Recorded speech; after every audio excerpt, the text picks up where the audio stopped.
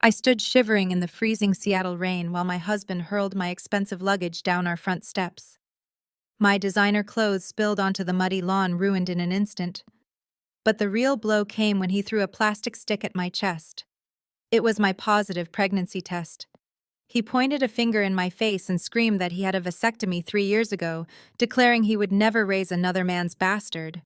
He locked me out, convinced he was the victim clearing the house for a reason I had yet to discover. He had absolutely no idea that his cruel, calculated lie was about to trigger a chain of events that would strip him of his company, his dignity, and his entire future, all thanks to a $50 million secret from my past. My name is Sydney, and I am 34 years old. Before I continue this story, let me know where you are watching from in the comments below. Hit like and subscribe if you have ever had your trust entirely broken by the person you loved most, only to rise from the ashes stronger than before. Growing up in the foster system taught me how to survive, but absolutely nothing prepared me for the devastating betrayal I experienced on that stormy Tuesday night. The relentless Pacific Northwest rain battered my face as I stared up at the custom oak door of our Bellevue home. It was the house I had spent my hard-earned money decorating using my income as a public relations consultant to turn a sterile property into a warm, inviting sanctuary.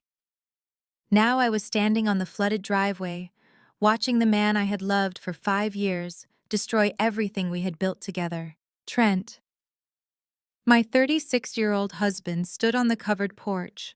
The warm glow of the exterior lights illuminated his handsome face, which was currently twisted into a mask of pure, unadulterated rage. He grabbed my heavy leather suitcase by the handle and swung it wildly. The zipper burst open upon impact with the concrete walkway. Silk blouses, cashmere sweaters, and carefully tailored slacks scattered across the wet grass, instantly soaking up the mud and freezing water. I tried to step forward, my hands raised in a desperate, pleading gesture. "Trent, please stop. What are you doing? Let us go inside and talk about this. The neighbors are going to hear us." He let out a sharp, mocking laugh that cut right through the sound of the pouring rain. "Let them hear us, Sydney. Let the whole neighborhood know exactly what kind of woman you really are." He reached into the pocket of his expensive tailored jacket and pulled out a small white plastic object. He threw it at me with such aggressive force that it bounced off my waterproof coat and landed in a dark puddle at my feet. I looked down. It was the positive pregnancy test I had left on the bathroom counter just an hour earlier, wrapped in a small gift box with a ribbon. I had planned to surprise him when he got home from work. I had planned to celebrate the family we were finally starting. Instead, he was looking at me with pure, unfiltered disgust. "Do not try to pin this bastard on me," he shouted, his voice echoing down the quiet suburban street. I stared at him, completely shell-shocked. My mind struggled to process the sheer hostility of his words. "Trent, what are you saying? This is our baby. We talked about this." He took a menacing step toward the edge of the porch, his fists clenched at his sides. "Stop lying to my face, Sydney. I had a vasectomy 3 years ago. I never reversed it.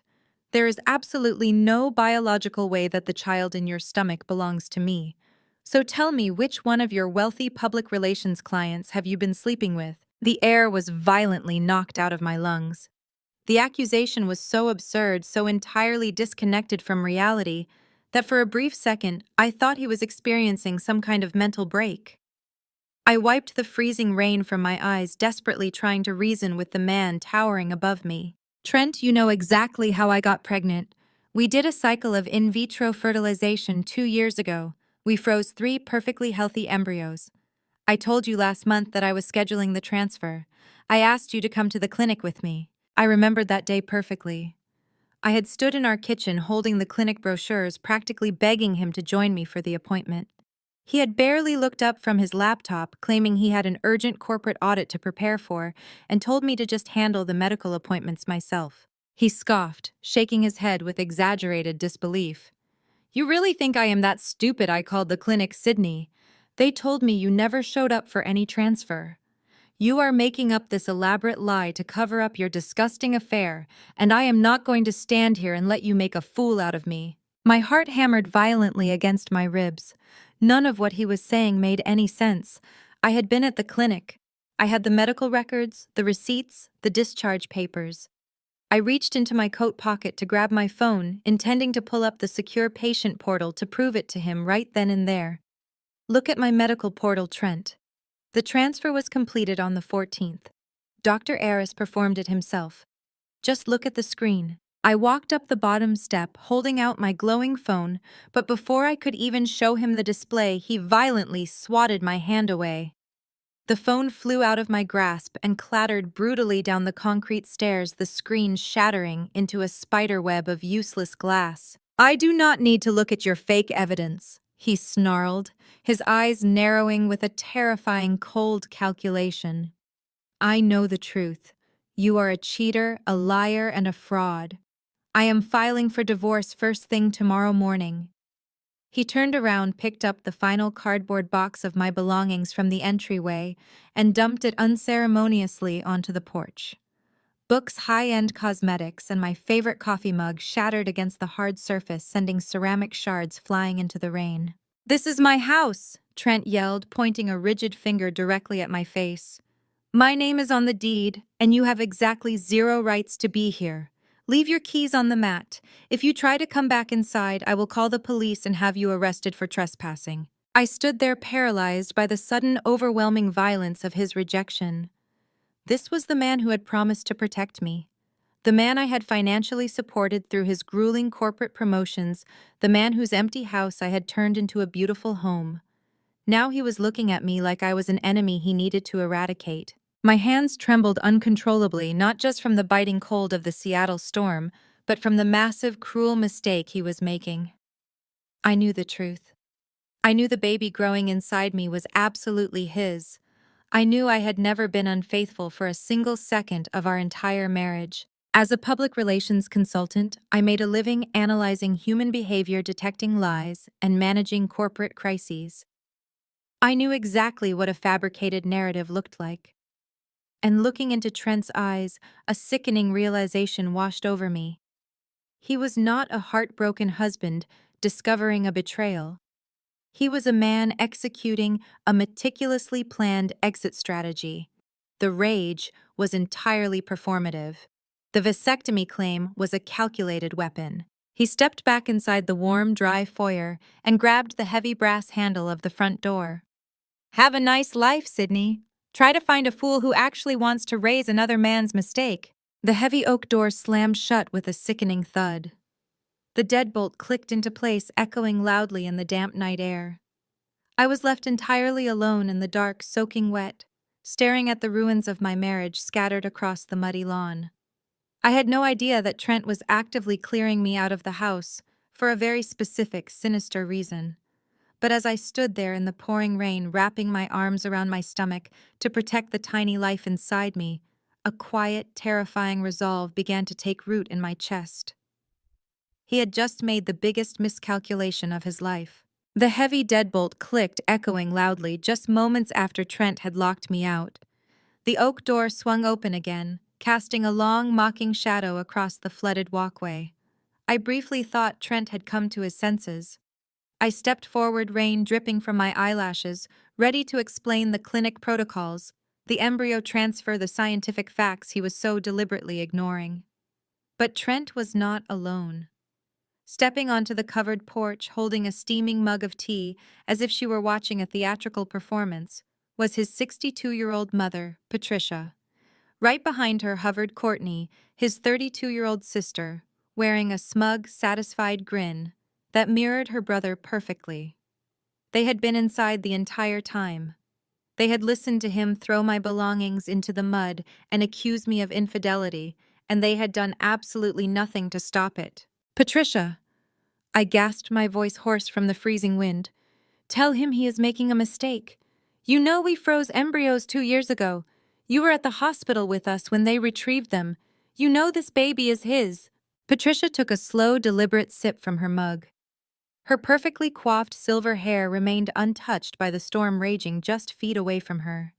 She looked down at me, her gaze sweeping over my ruined clothes and my shattered phone on the concrete stairs. "Do not drag me into your disgusting lies, Sydney," Patricia said, her voice dripping with venom. "Trent told us you canceled the transfer. He told us you have been acting erratically, staying out late, working with those high-profile male clients of yours. We all know what happens in the public relations industry. You are a career-obsessed woman who finally realized her biological clock was ticking and panicked. I stared at her, the betrayal compounding with every syllable she uttered. They were actively rewriting history. Courtney stepped forward, leaning against the doorframe, crossing her arms over her expensive cashmere sweater. "Just give it up, Sydney," Courtney sneered. "My brother is too smart to fall for your trap. He had the vasectomy to ensure you could not trap him with a pregnancy when your PR business inevitably went under. You thought you could sleep around, get pregnant, and use our family wealth to secure your future. It is pathetic." I shook my head, my mind spinning from the sheer audacity of their gaslighting. What family wealth? I demanded, the shock finally giving way to a burning white-hot anger. I paid for the renovation of this entire house. I funded Trent's lifestyle while he was a junior associate. I built my agency from the ground up while you, Courtney, have lived off your husband's paycheck for a decade. Patricia slammed her mug down on the patio table. "How dare you speak to my daughter that way?" Patricia hissed, her face contorting with rage. "I told Trent from the very beginning that marrying a nobody with no family background was a massive mistake. You grew up in the foster system. You have no pedigree, no class, and no concept of loyalty. You are just a stray dog he brought home, and now you are biting the hand that fed you. We allowed you into our family, and you repaid us by cheating on my son and trying to pass off a bastard child as a rightful heir." Trent stepped in front of his mother and sister, puffing out his chest, completely emboldened by his toxic audience. "Let us make one thing perfectly clear, Sydney. I am filing for divorce first thing tomorrow morning, and I am keeping the house. You foolishly agreed to leave your name off the deed to secure a better mortgage rate because of your student loans. You have no legal standing here. You have no family to run to. You have absolutely nothing. Take your wet clothes and start walking. If you are not off my property in 60 seconds, I am calling the police." The cruelty was so synchronized, so perfectly orchestrated, that the terrifying truth finally clicked into place. This was not a spontaneous argument. This was an ambush. They had planned this exact moment. They had waited for a stormy night to throw me out, ensuring I would be at my most vulnerable. They wanted to break me mentally and financially, stripping me of the assets I had poured into this marriage, leaving me stranded on the street with an unborn child. They truly believed I was a weak, isolated orphan who would simply crumble under their combined weight. They thought I would walk away quietly in the rain, ashamed and defeated. I stood my ground. The freezing rain soaked through my coat, chilling me to the bone, but the fire igniting in my chest kept me perfectly still. I looked at Trent, then at Patricia, and finally at Courtney, memorizing the smug satisfaction plastered across their faces. I was about to tell them that I would drag them through every courtroom in the state, that I would subpoena every medical record and expose their malicious fraud to the world. But before I could utter a single syllable, a blinding beam of light sliced through the heavy downpour, casting harsh, sweeping shadows across the flooded lawn. The low, unmistakable purr of a high-performance engine cut through the sound of the crashing rain. We all turned our heads toward the street. A sleek, midnight black luxury sedan was gliding smoothly up our long driveway, its tires slicing through the deep puddles with arrogant ease. It was a vehicle that cost more than Trent's entire annual salary, a car that commanded immediate attention and respect. The vehicle rolled to a smooth stop right behind my ruined luggage. The headlights illuminated the rain-soaked driveway, freezing Trent, Patricia, and Courtney in their tracks. The smug grins melted off their faces, replaced instantly by utter confusion. The heavy engine idled quietly, vibrating with raw power as the passenger side door slowly began to open. The heavy engine idled quietly, vibrating with raw power as the passenger side door slowly began to open. But before the occupant could step out into the violent storm, the front door of the house was pushed open even wider. Jamal rushed onto the porch. At 34 years old, Jamal was a striking African-American man who usually carried himself with quiet, steady dignity. Tonight, however, his face was pale with absolute horror. He had clearly been upstairs, completely unaware of the full extent of the ambush, until the shouting echoed through the walls of the house. He held my heavy wool winter coat tightly in his hands. His eyes darted frantically from the scattered debris of my life to my freezing, soaked figure standing in the freezing mud. "Sydney, you are freezing," Jamal said. His voice was thick with empathy and deep disbelief. He took a decisive step down the concrete stairs, extending the warm coat toward me. "Please take this coat. You absolutely cannot be out here in this weather." Before his foot could even hit the second step, Courtney lunged forward with terrifying speed. She dug her manicured nails into Jamal's forearm and violently yanked him backward. "What do you think you are doing?" she shrieked, her face twisted with ugly territorial rage. "Do not give that cheating fraud a single thing from this house. She is trespassing on our property." Jamal stumbled back, his jaw tightening as he looked at his wife. "Courtney, look at her," he pleaded, dropping his voice to a desperate, urgent whisper. "She is pregnant. She is freezing in the rain. This is completely insane. You cannot just throw her out into a severe storm like this." Trent whipped around, pointing his finger directly at Jamal's chest. "You better remember exactly who signs your paychecks," Trent threatened. His voice dropped to a lethal, calculating volume. "You are the chief accountant at my company. You live in a house I helped finance for my sister. If you hand that woman that coat, you can clear out your desk on Monday morning and join her on the street. Do not test me tonight." I watched the fight instantly drain from Jamal's eyes. The threat was a direct, devastating hit to his livelihood and his marriage. He was trapped in their toxic web, entirely dependent on Trent's corporate payroll to survive and provide for his own family. He looked down at the wool coat in his hands, his knuckles turning white from his grip, and then he slowly lowered his head in crushing shame. He stepped back into the shadows of the porch, physically unable to meet my gaze. I did not blame him at all. I knew exactly how ruthlessly Trent and Patricia punished anyone who dared to defy their twisted family loyalty. With Jamal effectively silenced, the family turned their eager attention back to the sleek Mercedes idling in our driveway. A driver in a sharp black suit rounded the hood and opened an oversized umbrella, holding it carefully over the passenger side. A pair of red stiletto heels stepped onto the wet asphalt, followed by the rest of Bianca.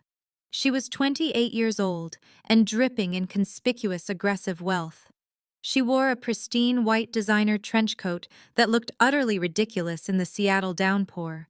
She clutched a limited edition handbag against her side, shaking out her flawless salon-styled hair. She looked up at the house, completely ignoring my ruined belongings scattered across the lawn. This was the woman Trent had been hiding. This was the self-proclaimed heiress Patricia and Courtney had so eagerly traded me for. Trent transformed instantly. The terrifying red-faced monster who had just hurled my luggage into the mud completely vanished. In his place stood a sickeningly eager, fawning suitor. He bounded down the wet concrete steps, completely ignoring my presence, as he brushed past my shivering form. "Bianca, darling," Trent cooed, reaching her side and wrapping his arms tightly around her waist. He pulled her close and kissed her passionately right there in the rain. He pressed his lips to hers in a deliberate, highly choreographed display of affection. It was a kiss meant entirely for my benefit, a final brutal stab to ensure I understood exactly how easily I had been replaced by someone younger and supposedly wealthier. When they pulled apart, Bianca let out a high, artificial laugh. She finally allowed her eyes to land on me. She scanned my soaking wet clothes, my ruined hair, and the shattered pieces of my favorite coffee mug resting in the mud. She did not look surprised or apologetic in the slightest.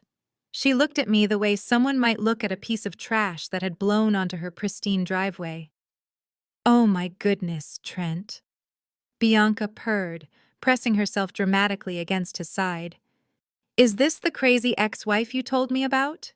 The one who refuses to leave gracefully?" Trent kissed her temple, shooting me a glare of absolute contempt.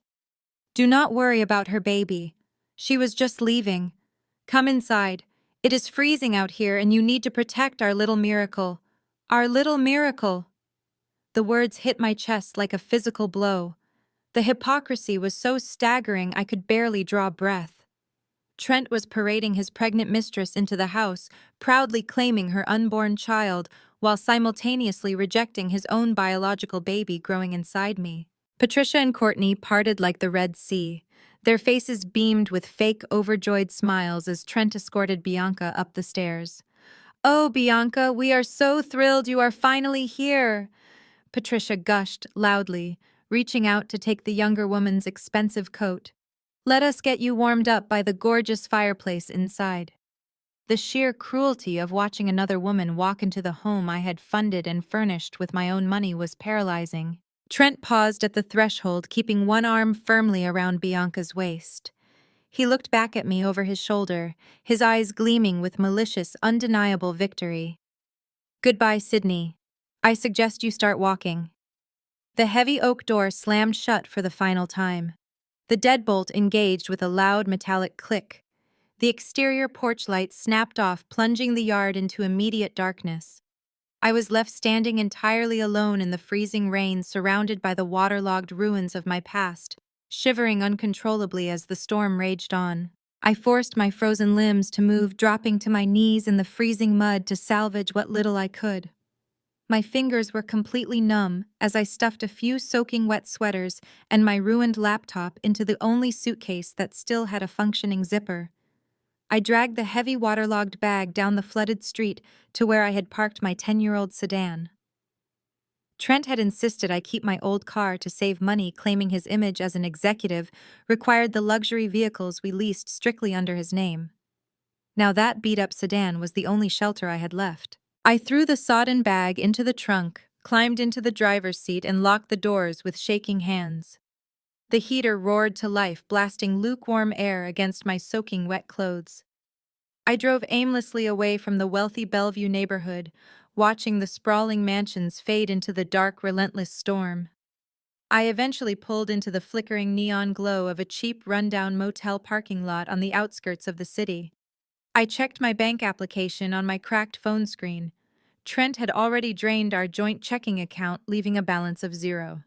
I had exactly $42 in my personal account to my name. I killed the engine and curled into a tight ball in the back seat, pulling a damp wool coat over my shivering shoulders. The rain hammered aggressively against the thin metal roof of the car. I placed a trembling hand flat against my stomach, feeling the slight, barely noticeable curve beneath my ruined clothes. The despair threatening to pull me under suddenly shifted into a fierce, blinding resolve.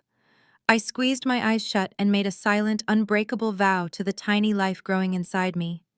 I promised my unborn child that we would survive this. I swore that I would never let anyone step on us again. I would claw my way back from absolute nothingness if I had to. Exhaustion finally overpowered my racing thoughts, and I slipped into a restless, feverish sleep right there in the parking lot. I was violently jolted awake by a sharp, jarring ringtone echoing through the freezing car. I bolted upright, my heart hammering against my ribs. The digital clock on the dashboard read exactly 6 in the morning. The rain had slowed to a steady, depressing drizzle. I scrambled to find my shattered phone in the footwell. The screen flashed with an incoming call from an unknown high-end corporate number. Assuming it was Trent's lawyer calling to threaten me with early eviction proceedings, I swiped to answer, ready to fight. "Hello," I answered, my voice raspy and defensive. "Am I speaking with Mrs. Sydney Thorne?" the caller asked. His voice was deep, authoritative, and carried the unmistakable cadence of expensive legal counsel. "Nobody has called me by that last name in over a decade," I replied, my brow furrowing in confusion. Thorne was the name I had taken at 18 a lifetime ago. "My legal name is Sydney Preston now." "Who is calling?" "My name is Mr. Caldwell," he stated calmly. "I am the senior estate attorney representing Gabriel Thorne. I have spent the better part of the night tracking you down, Sydney. I am calling to inform you that Gabriel passed away yesterday afternoon following a sudden heart failure." The air vanished from the freezing car. Gabriel. The name pulled me violently back to a past I had completely buried. I had met Gabriel when I was an 18-year-old girl desperately trying to age out of the foster care system without ending up on the streets. He was a brilliant, reclusive tech developer in his 20s, just starting to build his empire from a cramped garage.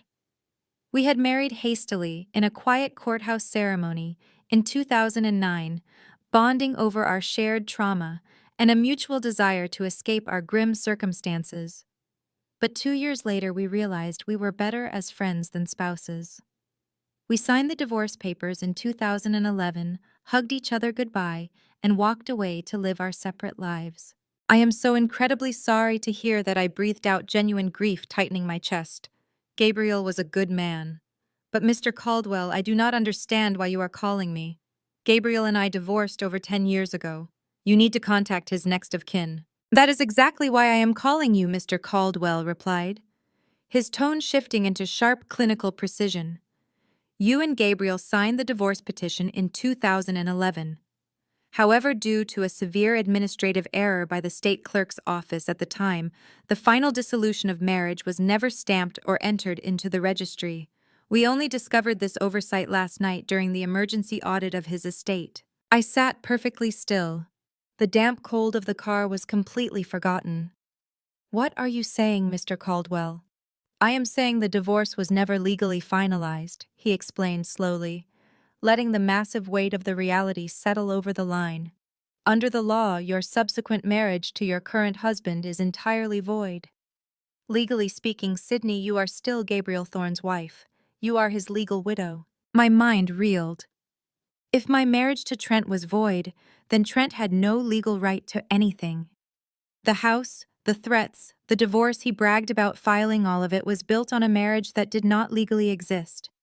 He could not take half of my business or force me into a grueling legal battle over assets because we were never truly married. Before I could even process the magnitude of that revelation, Mr. Caldwell delivered the final world-shaking blow. Gabriel never wrote a new will after you separated. Mr. Caldwell continued. As his lawful widow, you are the sole legal heir to his entire estate. This includes his private liquid assets and total ownership of his venture capital firm. You need to come to my office immediately, Sydney. You just inherited $50 million. The phone nearly slipped from my frozen fingers.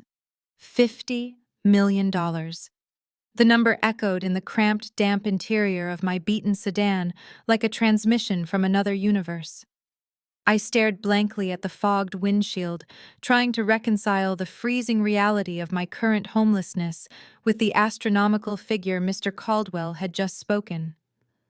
Gabriel, the quiet, brilliant boy who had once shared cheap ramen with me in a tiny studio apartment, had built an empire and left the keys entirely to me. I need you to come to my office at the Columbia Center immediately, Sydney.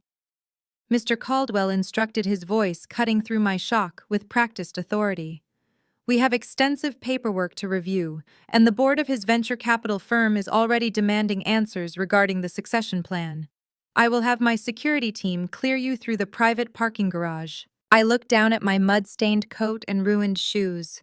I am currently sitting in a motel parking lot in wet clothes. I said, my voice shaking as the adrenaline began to wear off.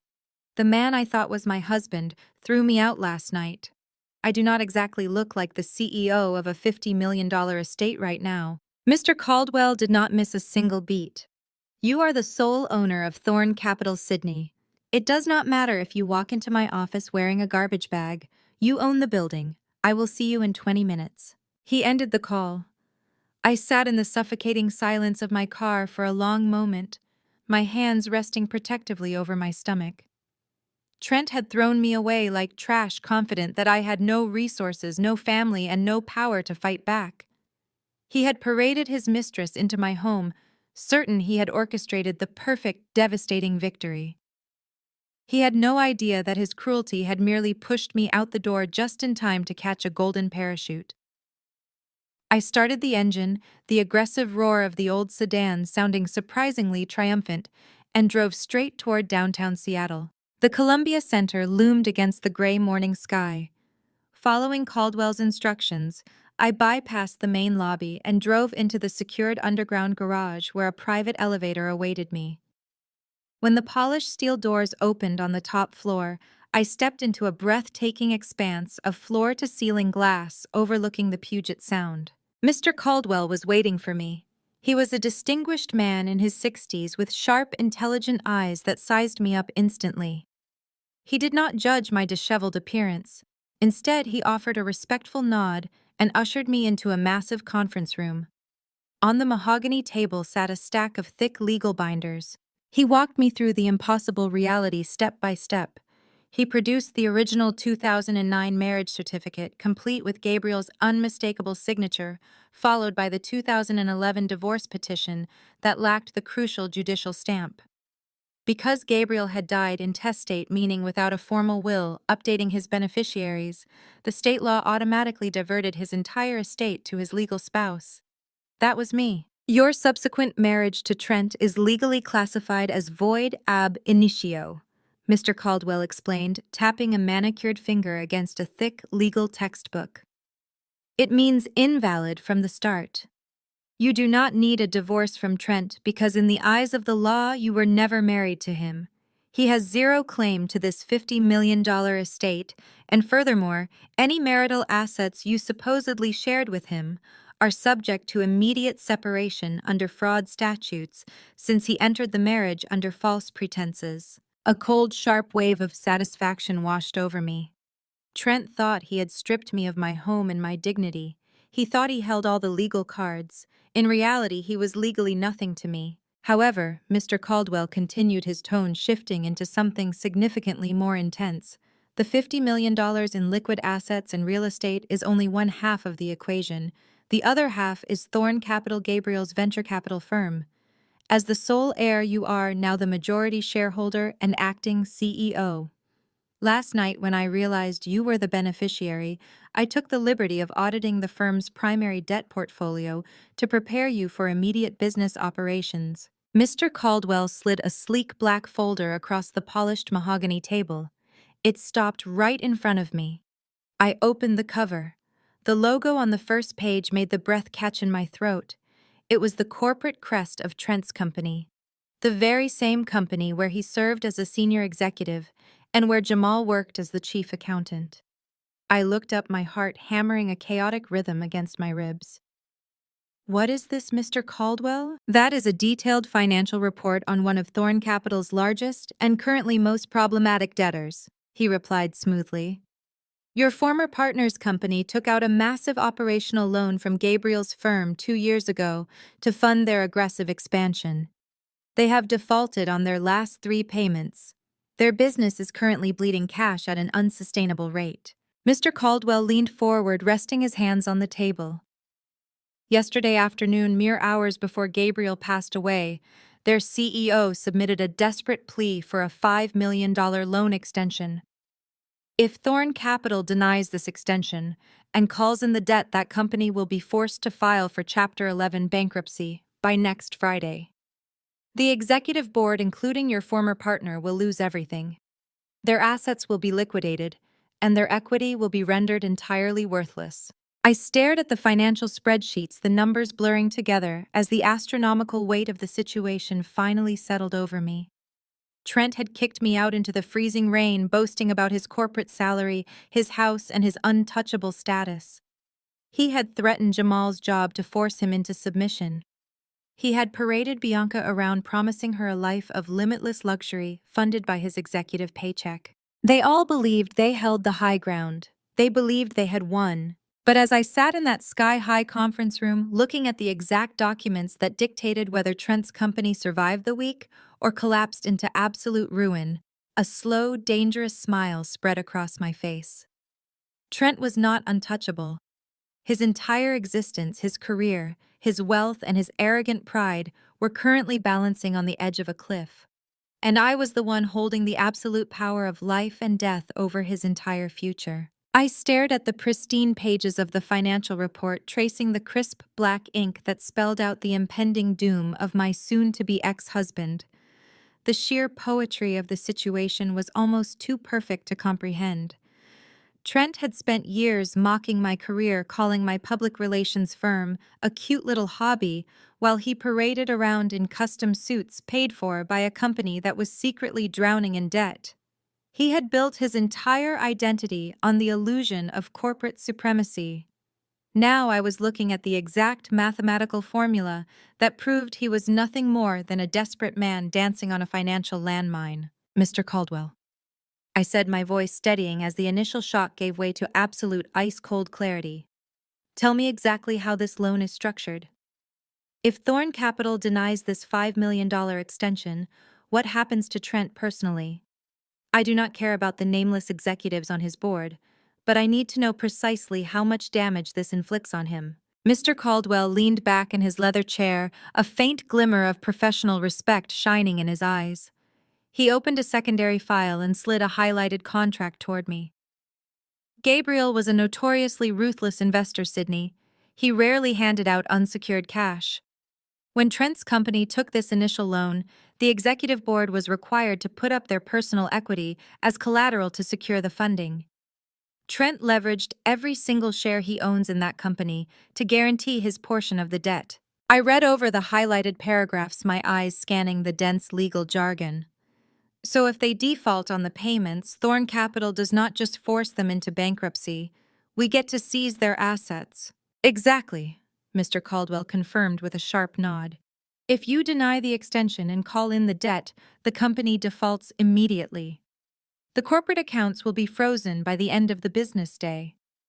But more importantly, the collateral clause is triggered. Trent's equity shares will be legally transferred directly to Thorn Capital to satisfy the outstanding balance. He will be stripped of his title, his salary, and his entire net worth in a matter of hours. He will leave that building with nothing but a cardboard box. A cardboard box. The image of Trent walking out of his glass office with his belongings packed into a cheap box, just like the one he had dumped onto our flooded porch last night, sent a rush of pure adrenaline straight through my veins. He had kicked me out to make room for Bianca, banking on his executive salary to fund their new life together. He had threatened Jamal holding his paycheck hostage to force my brother-in-law into silent compliance. Trent believed money gave him the ultimate authority to destroy people without consequence. Where do I sign? I asked, reaching for the silver pen resting in the center of the mahogany table. Mr. Caldwell pushed a towering stack of legal binders toward me, opening the first one to a page marked with a red tag. By signing these documents, you are officially accepting the inheritance of Gabriel Thorne's estate.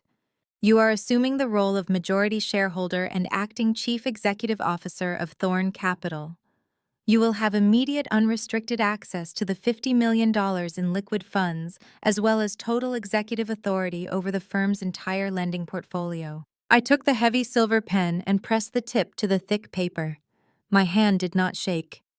I signed my name over and over again, binding myself to the empire Gabriel had built. With every stroke of the pen, the frightened, freezing woman who had slept in a motel parking lot faded further into the past. I was no longer a victim. I was the apex predator in a corporate jungle Trent thought he ruled. Once the final signature was complete, Mr. Caldwell carefully gathered the binders. Congratulations, Madam CEO. The estate is yours. Now, regarding the $5 million loan extension request from your husband's company, would you like me to draft the denial letter and initiate the asset seizure immediately? We can have them in bankruptcy court by Monday morning. I looked out the floor-to-ceiling windows at the sweeping Seattle skyline, watching the rain clouds slowly begin to break apart over the Puget Sound. If I pulled the plug right now, Trent would be destroyed today. But an immediate execution was far too merciful for what he had done to me. If we denied the loan outright, he might panic and find a predatory lender to bail him out at the last second. He might scramble and find a way to survive. I did not want him to survive. I wanted him to feel secure right up until the very moment the floor collapsed beneath his feet. No, I said softly, turning back to face my lawyer. Do not deny the extension yet. I want to set a trap. Send their board of directors an official notice that Thorn Capital is undergoing a sudden transition of leadership due to unforeseen circumstances. Tell them the new CEO has placed all loan extensions under an indefinite executive review. Mr. Caldwell raised an eyebrow, a knowing smile playing on his lips. You want to string him along. You want him to sweat. I want him to bleed out slowly. I corrected my tone devoid of any hesitation. Let Trent believe the money is still coming. Let him keep making promises to his mistress and his mother. Let him climb as high as he possibly can so the fall destroys him completely. But while we string his company along, I want to start applying the pressure personally. I pointed to the financial report still resting on the table. Trent uses a corporate credit card for his personal expenses. He charges expensive dinners, luxury hotel stays, and lavish gifts to his executive expense account, claiming them as client entertainment. As the primary creditor auditing their failing business does, Thorn Capital have the authority to flag and freeze discretionary corporate spending. Mr. Caldwell tapped his chin thoughtfully. Given their current default status and the executive review clause you just activated, absolutely. We can freeze their corporate credit lines within the hour, under the guise of an operational audit. Do it, I commanded. Freeze every single corporate card issued to their executive board. I want Trent's financial oxygen cut off today. I stood up from the massive leather chair, suddenly hyper-aware of my ruined, mud-stained coat and damp hair. I had the power, the money, and the strategy to completely dismantle the people who had tried to bury me. But if I was going to wage this war, I could no longer look like the broken wife who had been thrown out in the rain. I needed to look like the $50 million nightmare they were about to face. I thanked Mr. Caldwell, took the limitless black card he handed me, and prepared to transform myself. Stepping out of the private elevator and into the crisp Seattle air, I felt the heavy weight of the black titanium card pressing against my palm. It was not just a piece of metal. It was an absolute weapon. I walked away from the Columbia Center and headed straight toward the upscale retail district. The rain had completely stopped, leaving the city streets slick and gleaming under the breaking sunlight.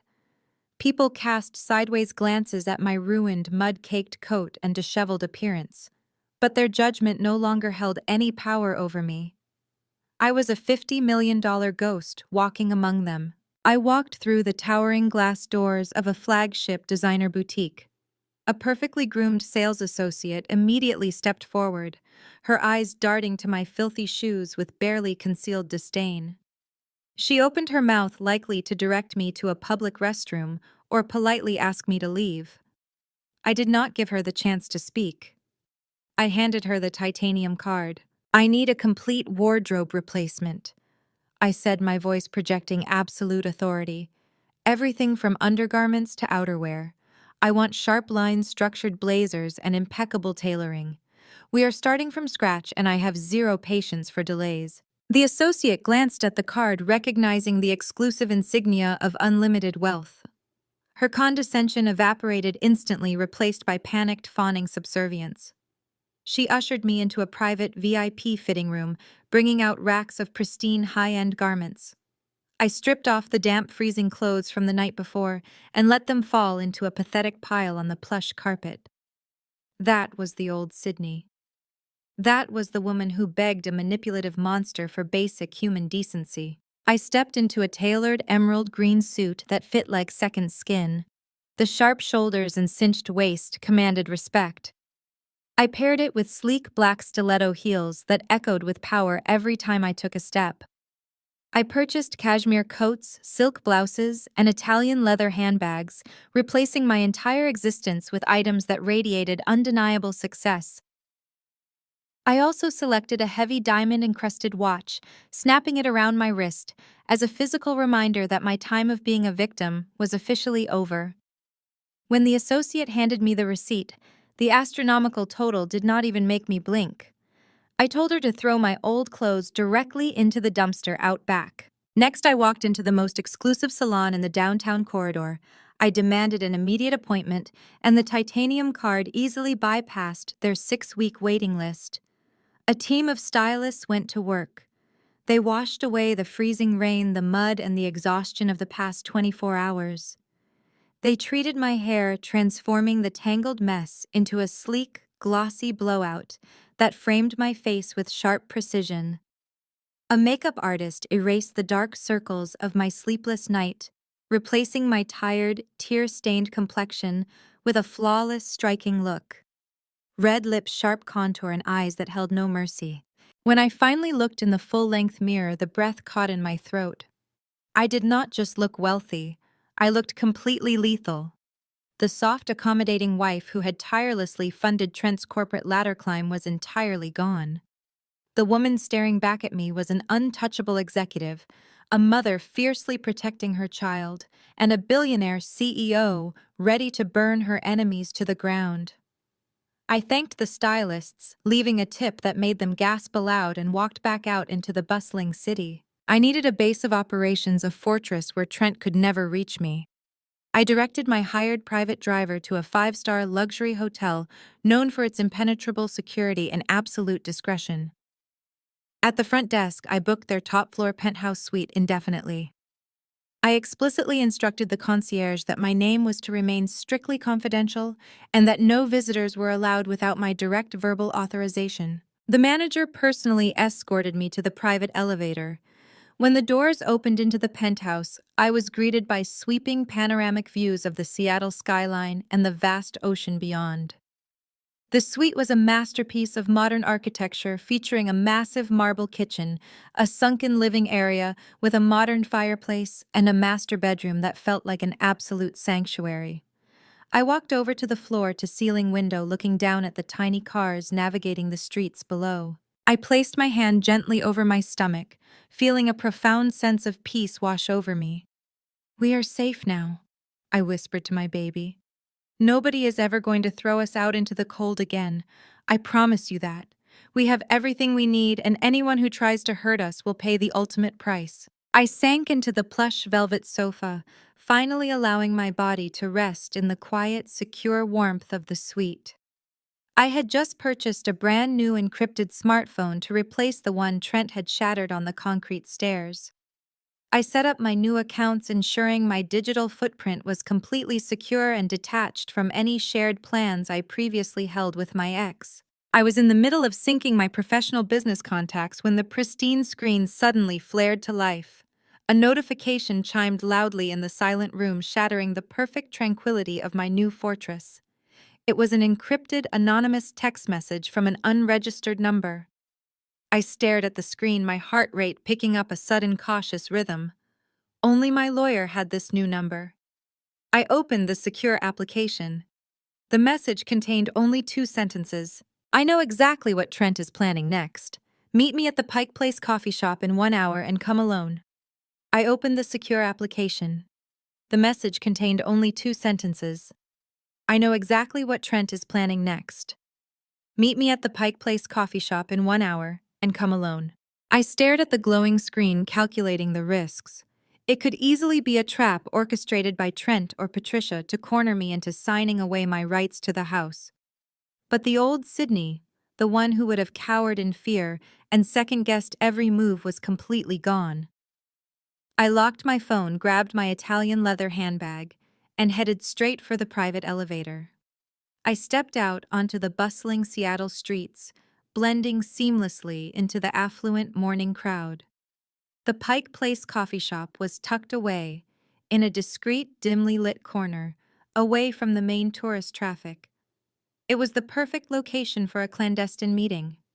I pushed open the heavy wooden door, the brass bell chiming softly above me, and my eyes scanned the dark booths lining the back wall. Sitting in the furthest, most secluded corner, gripping a paper coffee cup with both hands, was Jamal. He wore a heavy dark jacket, the collar pulled up slightly to obscure his face from anyone who might walk by.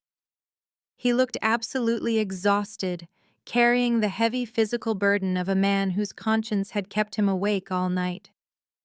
I walked over to his booth, my black stiletto heels clicking sharply against the polished concrete floor, commanding the space with every step. When I slid into the leather seat across from him, he looked up and his eyes widened in absolute shock. He took in my structured emerald green designer suit, my flawless blowout, and the diamond watch glinting under the dim cafe lights. This was not the soaking wet, shivering victim he had tried to hand a coat to the night before. Sydney Jamal breathed out, his voice thick with disbelief and overwhelming relief. "You look incredible. I was so worried about you. I thought you were sleeping on the freezing streets. I felt sick to my stomach the entire night." I smiled, a tight, highly controlled expression. "I found a much better arrangement, Jamal. You do not need to worry about me anymore. But why am I here? What do you know?" He looked down at his coffee cup, his broad shoulders slumping with profound shame. First, I need to apologize. I am so deeply sorry for last night. I should have fought Courtney. I should have punched Trent in the jaw and driven you to a hotel myself. I watched them pop champagne and toast to that fake heiress while you were out in the storm. It was the most disgusting display of cruelty I have ever witnessed in my entire life. I held up a hand, stopping his apology before he could spiral further into guilt. You do not owe me an apology, Jamal. I know exactly what Trent held over your head. He threatened your job and your livelihood. You have a family to protect, and Courtney would have made your life a living hell. I am not angry with you. I am angry with them. Jamal shook his head firmly, his expression hardening with newfound resolve. No, it is not just about the job anymore. I am done being a pawn in their toxic games. Courtney and Patricia are absolute vultures, and Trent is a monster. I spent the entire night thinking about how easily he threw you away after everything you did for him, after you funded his entire lifestyle. I realized that if he could do that to his own devoted wife, he would not hesitate to throw me under the bus when his company inevitably collapses.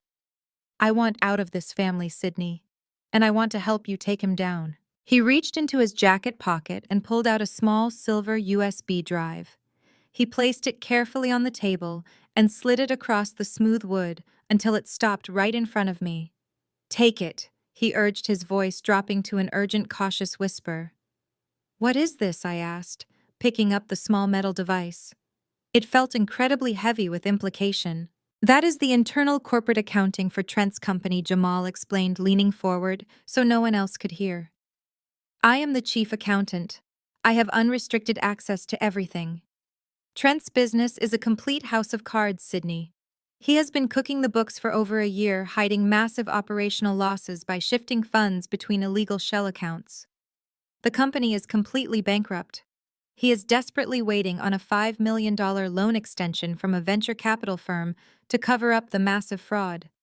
If they audit him closely, he is going to federal prison. A rush of pure vindictive satisfaction surged through me. Jamal had no idea that I was the very CEO of the venture capital firm currently holding that loan. He had just handed me the exact forensic evidence I needed to bypass a lengthy corporate audit and execute Trent immediately. I could freeze his accounts today, hand this drive over to the federal authorities tomorrow, and watch Trent be hauled out of his glass office in handcuffs. This was the ultimate silver bullet. Jamal, this is incredible, I said, carefully slipping the USB drive into my designer handbag. You are risking everything by giving me this evidence. I will make sure you are fully protected when the fallout hits. You have my absolute word. I gathered my things, ready to return to my penthouse and call Mr. Caldwell to initiate the final lethal strike against Trent's company. But as I started to slide out of the booth, Jamal reached out and grabbed my wrist. His grip was tight, desperate, and urgent. His eyes were wide with a disturbing mixture of pity and outrage. Wait, Sydney. Do not leave yet. You need to know the rest. I stopped, settling back into the leather seat. I looked at his terrified expression, suddenly realizing that the corporate fraud was only the tip of the iceberg. What else is there, Jamal? What else did you find in those files? Jamal took a shaky breath, looking me dead in the eyes. The corporate fraud is bad, he said, his voice trembling with the crushing weight of the secret. But that is not the worst part. I broke into his personal files last night looking for offshore accounts. Trent lied to you about the clinic. He lied to you about the argument on the porch. He lied about everything. He stared at my stomach, a look of profound sorrow crossing his face. Trent never had a vasectomy. The words hung in the air between us, heavy and suffocating. I stared at Jamal, processing the sheer magnitude of the betrayal. Trent never had a vasectomy. The accusation on the porch, the shattered pregnancy test, the absolute disgust in his eyes, it was all a meticulously crafted performance. He forged the medical records. Jamal explained, his voice shaking with revulsion. I found an email thread in his deleted folder. He paid off an unethical clerk at a private clinic to generate a fake post-operative report.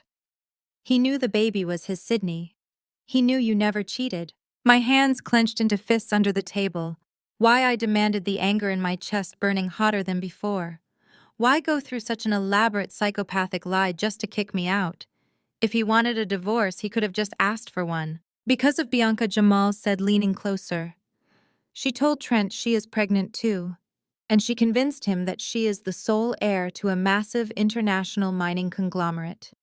Trent is drowning in corporate debt, and he sees Bianca as his ultimate golden ticket. But she demanded a ring and a house before she would introduce him to her supposed billionaire father. The pieces of the puzzle slammed into place with sickening clarity.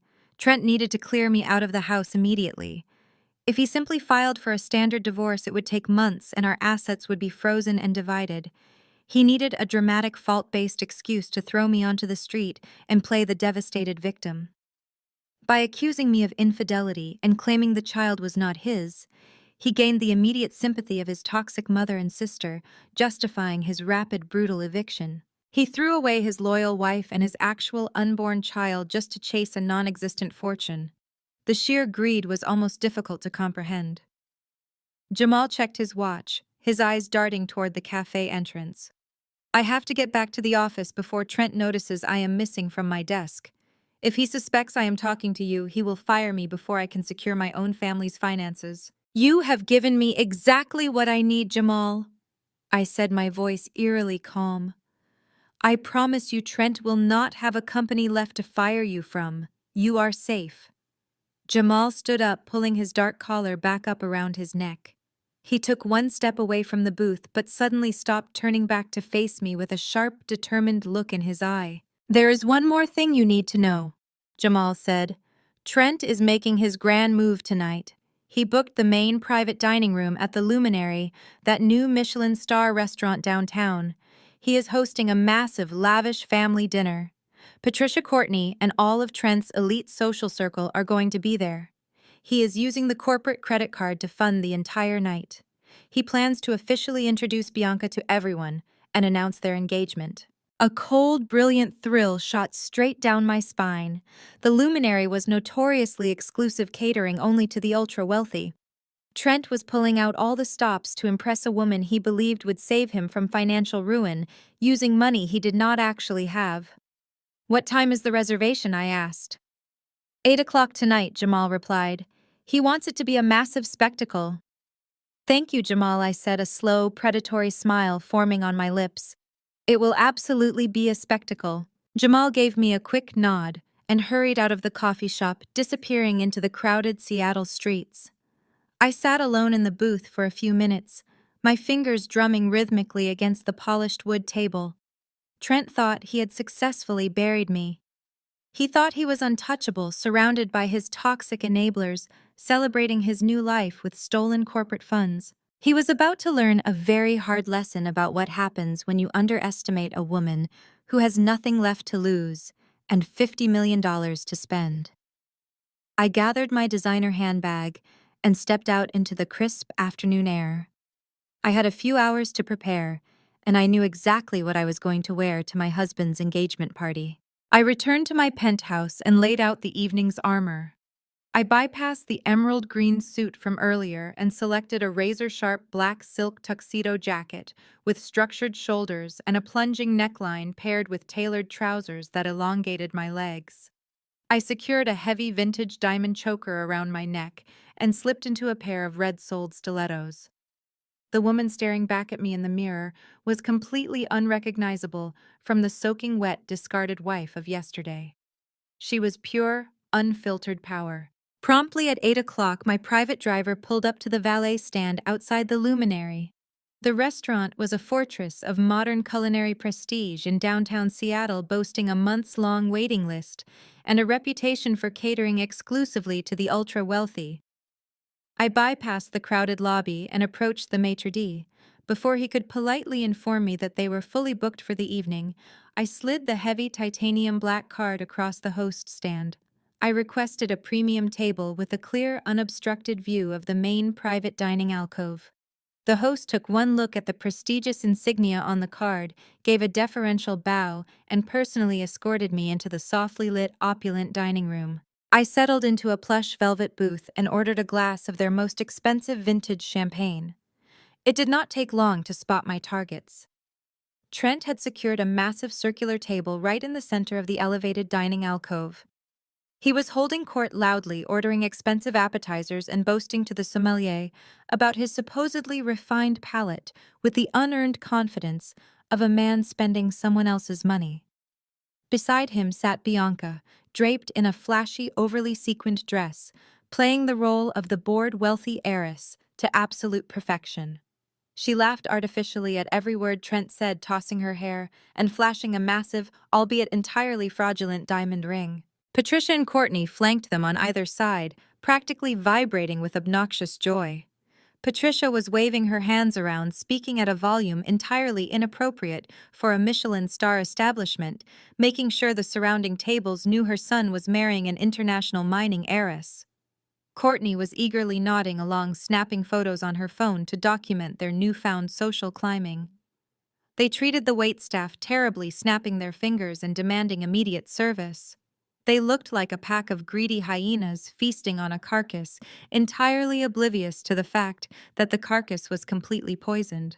I sat quietly, taking the slow sip of my champagne, letting the exquisite taste wash over me. I watched them revel in their stolen corporate funds, absorbing their toxic joy.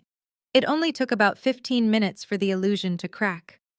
Courtney raised her phone to take a selfie with Bianca, and as she panned the camera around the room, her lens swept right past my booth. She lowered the phone slowly, her eyes squinting through the dim ambient lighting. The smug smile instantly slid off her face. She tapped Patricia frantically on the shoulder and pointed a manicured finger in my direction. Patricia turned her head, her jaw visibly dropped. The shock of seeing me sitting in the most exclusive restaurant in the city, dripping in diamonds and high-end silk, clearly short-circuited her brain. But instead of feeling intimidated or cautious, Patricia and Courtney did exactly what narcissistic bullies always do. They doubled down on their cruelty. They pushed their chairs back and marched out of the dining alcove, their heels clicking aggressively against the polished hardwood floor. They stomped over to my table, deliberately blocking my view of the rest of the restaurant and looming over me like menacing gargoyles. "What in the world do you think you are doing here?" Patricia hissed, keeping her voice low but laced with absolute venom. "How did you even get past the front door?" I placed my champagne flute down on the table, resting my hands gracefully on my lap. "I am having dinner, Patricia. It is a restaurant. That is generally how this works." Courtney slammed her hands flat on the edge of my table, leaning in close so I could smell the cheap wine on her breath. "Are you seriously stalking us now, Sydney? This is a new level of pathetic even for you. Trent threw you out last night. You are homeless. You have no job, no money, and no family. Did you max out your last tragic little credit card just to buy a knockoff suit and follow us here?" I looked at her with pure, unbothered amusement. "You seem highly agitated, Courtney. You might want to lower your voice before security asks you to leave. The luminary has a very strict policy against public tantrums." Patricia scoffed, her face turning an ugly shade of red. "Do not you dare speak to my daughter like that. We know why you are here. You are desperate. You dug through Trent's email or tracked his location just to come here and beg him to take you back. You are trying to sabotage his engagement dinner because you are a jealous, barren failure who could not keep a man." I simply smiled. The old Sydney would have cried. The old Sydney would have absorbed those vile words and let them tear her apart. But the billionaire CEO sitting in this booth felt absolutely nothing but cold analytical pity for the fools standing before her. "I am not here for Trent," I said smoothly, picking up my glass again. "I am simply enjoying a lovely evening, though it is endlessly fascinating to watch you both worship a woman you know absolutely nothing about." Courtney let out a sharp, mocking laugh. "We know Bianca is worth more than you could ever comprehend in 10 lifetimes. You are just a bitter orphan who got kicked back to the gutter where you belong. Get up and leave this restaurant right now, or I swear I will scream and tell the management you are harassing us." Before I could reply to Courtney's childish threat, heavy footsteps approached rapidly from behind them. Trent had noticed his mother and sister missing from the engagement table and had tracked them down. He marched up to my booth, his face twisting into a furious scowl when he recognized me. He was wearing a custom-tailored suit, He had undoubtedly charged to the very corporate account I had frozen just hours earlier. Trent looked at my expensive clothes, my calm demeanor, and the crystal champagne flute resting on the table. His eyes flashed with panicked outrage. He genuinely believed I was a desperate broke woman trying to cause a public scene to ruin his big night and scare away his fake heiress. He reached into his suit jacket, his jaw clenched so tightly a muscle ticked in his cheek. He pulled out a crisp, brand-new $500 bill. He leaned over the table, invading my personal space, his eyes burning with a mixture of hatred and arrogant superiority. He slammed the cash down onto my table with a loud, aggressive smack. He slammed the cash down onto my table with a loud, aggressive smack. The crisp $500 bill sat stark against the pristine white tablecloth, a pathetic green flag of his overwhelming arrogance. Trent leaned over, planting his hands firmly on the edge of the velvet booth. He tried to use his physical size to intimidate me, looming over my dinner space like a schoolyard bully. "Take the money, Sydney," he snarled. He kept his voice to a harsh, jagged whisper, so the surrounding patrons of the Michelin star restaurant would not hear his utter lack of class. "Take the cash and leave this restaurant right now before you scare Bianca. You have made your pathetic little point by stalking us here. Now buy yourself a cheap hotel room for the night and stop embarrassing yourself in front of my family." Patricia and Courtney stood right behind him, their faces glowing with vicious, unearned satisfaction. They looked at the $500 bill as if Trent had just performed an act of supreme benevolent charity. Courtney actually crossed her arms over her chest and let out a soft, mocking sigh. "You should be thanking him on your knees," Courtney chimed in, her voice dripping with thick condescension. "It is a lot more than a jobless foster kid deserves after trying to trap my brother with another man's baby. Go on, Sydney, take the handout and scurry away." I looked down at the money. I did not reach for it. I did not flinch, and my expression did not change. I simply stared at the crumpled green paper as if someone had just placed a dead cockroach on my dining table. The sheer audacity of a man who was currently drowning in millions of dollars of corporate debt, trying to buy my dignity with $500, was almost poetic in its irony. I slowly lifted my gaze, letting my eyes lock directly onto Trent's. He expected tears. He expected me to snatch the money in absolute desperation. Instead, he found nothing but freezing, terrifying indifference. I did not say a single word to him. I simply raised my right hand, lifting 2 fingers into the air and snapping them sharply to summon the floor manager. The response was instantaneous. The general manager of the Luminary, a man who had likely spent decades catering to the most demanding members of Seattle's elite, recognized the subtle, commanding gesture of someone who expected immediate compliance. He practically sprinted across the dining room floor. He completely bypassed Trent, Patricia, and Courtney, as if they were nothing more than inconvenient pieces of furniture blocking his important path. "Yes, madam," the manager said, offering a deep, highly respectful bow the moment he reached the edge of my booth. "How may I assist you this evening?" I reached into my silk Italian clutch and slowly pulled out the heavy matte black titanium card. The metallic surface caught the dim ambient lighting of the restaurant, flashing the exclusive invitation-only crest of Thorn Capital. I placed it deliberately on the white tablecloth right next to Trent's pathetic $500 bill. The manager's eyes locked onto the black card immediately. The color drained from his face for a fraction of a second, before transforming into an expression of absolute, unwavering reverence. This was a card issued only to the absolute highest echelon of global wealth, a corporate instrument with literally no spending limit. "I am finding the atmosphere in this particular corner of the room to be incredibly cheap and visually offensive," I said. My voice was smooth, loud, and perfectly articulated so that every single word sliced right through Trent's fragile ego. "I need something to cleanse my palate and my eyes.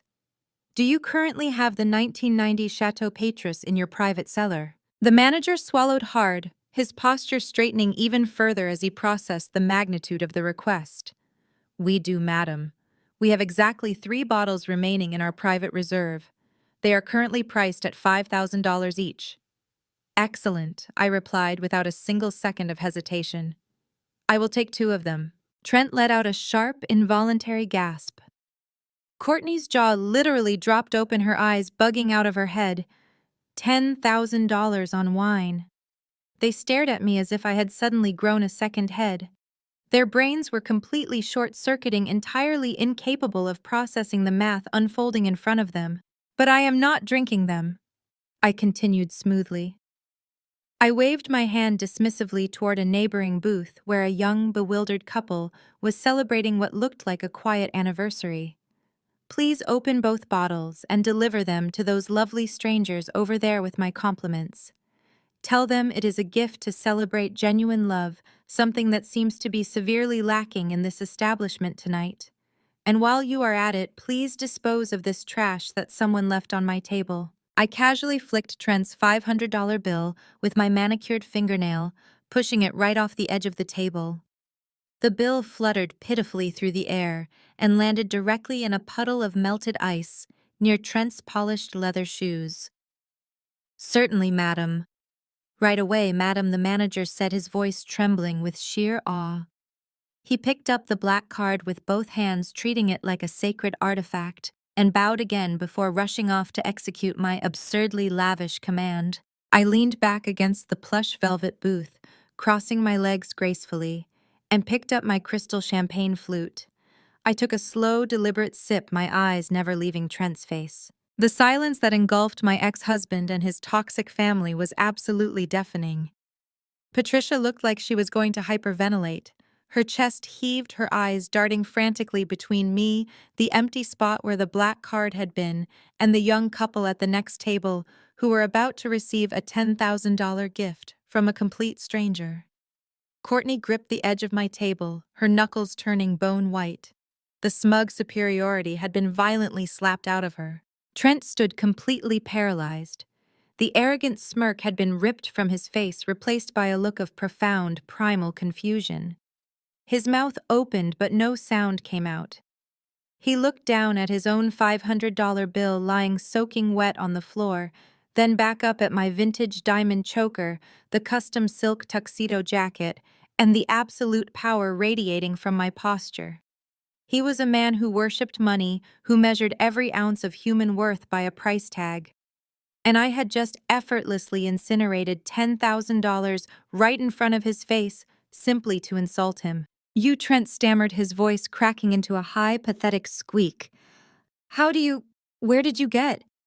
He could not even finish the sentence. His reality was collapsing in real time. He had spent the last 24 hours convincing himself that I was a broken, penniless victim wandering the freezing streets. Seeing me wield the kind of astronomical wealth that he could only ever dream of possessing completely broke his psychological framing. I suggest you return to your fake heiress, Trent, I said softly, my tone laced with lethal amusement. You are hovering around my table like a common beggar, and it is ruining my appetite. Patricia grabbed Trent's arm, her perfectly manicured fingernails, digging desperately into his suit jacket. She was terrified. She did not know who I had become or who was funding me, but the sheer financial violence of my actions told her that I was no longer prey. Trent, we need to go back to the table, Patricia hissed, her voice trembling with rising panic. Bianca is watching us. Trent physically recoiled, taking a staggering step backward as if I had burned him. His eyes were wide with a deeply rooted fear. His ego, fragile and entirely dependent on his financial superiority, had just been pulverized into dust. He could not comprehend my wealth, but his desperate need to save face in front of his new mistress overrode his shock. He grabbed his mother and sister by their arms, hauling them away from my booth. He threw his shoulders back, puffing out his chest in a pathetic, transparent attempt to regain his shattered dignity, and stormed back toward the private dining alcove to pay his own enormous bill and prove he was still a king. I watched from the quiet sanctuary of my velvet booth as Trent marched back to his elevated dining alcove. He practically shoved his mother and sister into their respective chairs before dropping heavily into his own seat next to Bianca. From my vantage point, the entire scene played out like a silent film of a sinking ship. He immediately flagged down a passing server, waving his hand with that exaggerated, impatient authority he always used when trying to impress a room. He wanted the check. He needed to prove to his fake heiress, to his toxic family, and most of all to himself that he was still the wealthy executive in control. The waiter approached holding a sleek black leather folio containing the bill for their extravagant engagement dinner. Given the massive seafood towers, the imported steaks, and the endless bottles of wine I had watched them consume over the past 2 hours, the total was undoubtedly in the thousands. Trent did not even glance at the itemized receipt. He wanted to make a show of his supposed infinite wealth. He reached into his tailored suit jacket with a theatrical flourish and withdrew his heavy metallic corporate credit card. I recognized that specific card instantly. It was the executive expense account directly tied to his company, the exact same corporate credit line I had ordered Mr. Caldwell to freeze just 1 hour ago. Trent tossed the metal card onto the silver tray with a loud clatter. He leaned back in his chair, draping one arm casually around Bianca's shoulders, projecting the image of a man who did not care what anything cost. Bianca smiled and kissed his cheek, her eyes sparkling at the display of financial dominance. Patricia and Courtney had finally stopped looking over their shoulders at my table, choosing instead to bask in the glow of Trent's corporate power. I picked up my champagne flute and waited. Less than 3 minutes later, the floor manager returned. This was the same manager who had just processed my $10,000 wine order. He did not approach Trent's table with the usual discreet, quiet deference reserved for wealthy patrons. Instead, he walked with stiff, rigid professionalism. He carried the silver tray holding Trent's corporate card and a small printed receipt. "I am sorry, sir," the manager said. His voice carried perfectly across the quiet ambient hum of the dining room. "Your card has been declined." The artificial smile slid right off Trent's face.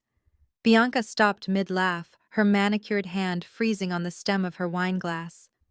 Patricia and Courtney exchanged a sharp, confused look. "Declined." Trent scoffed. His voice was laced with aggressive disbelief. "That is a platinum corporate account. There is no limit on that card.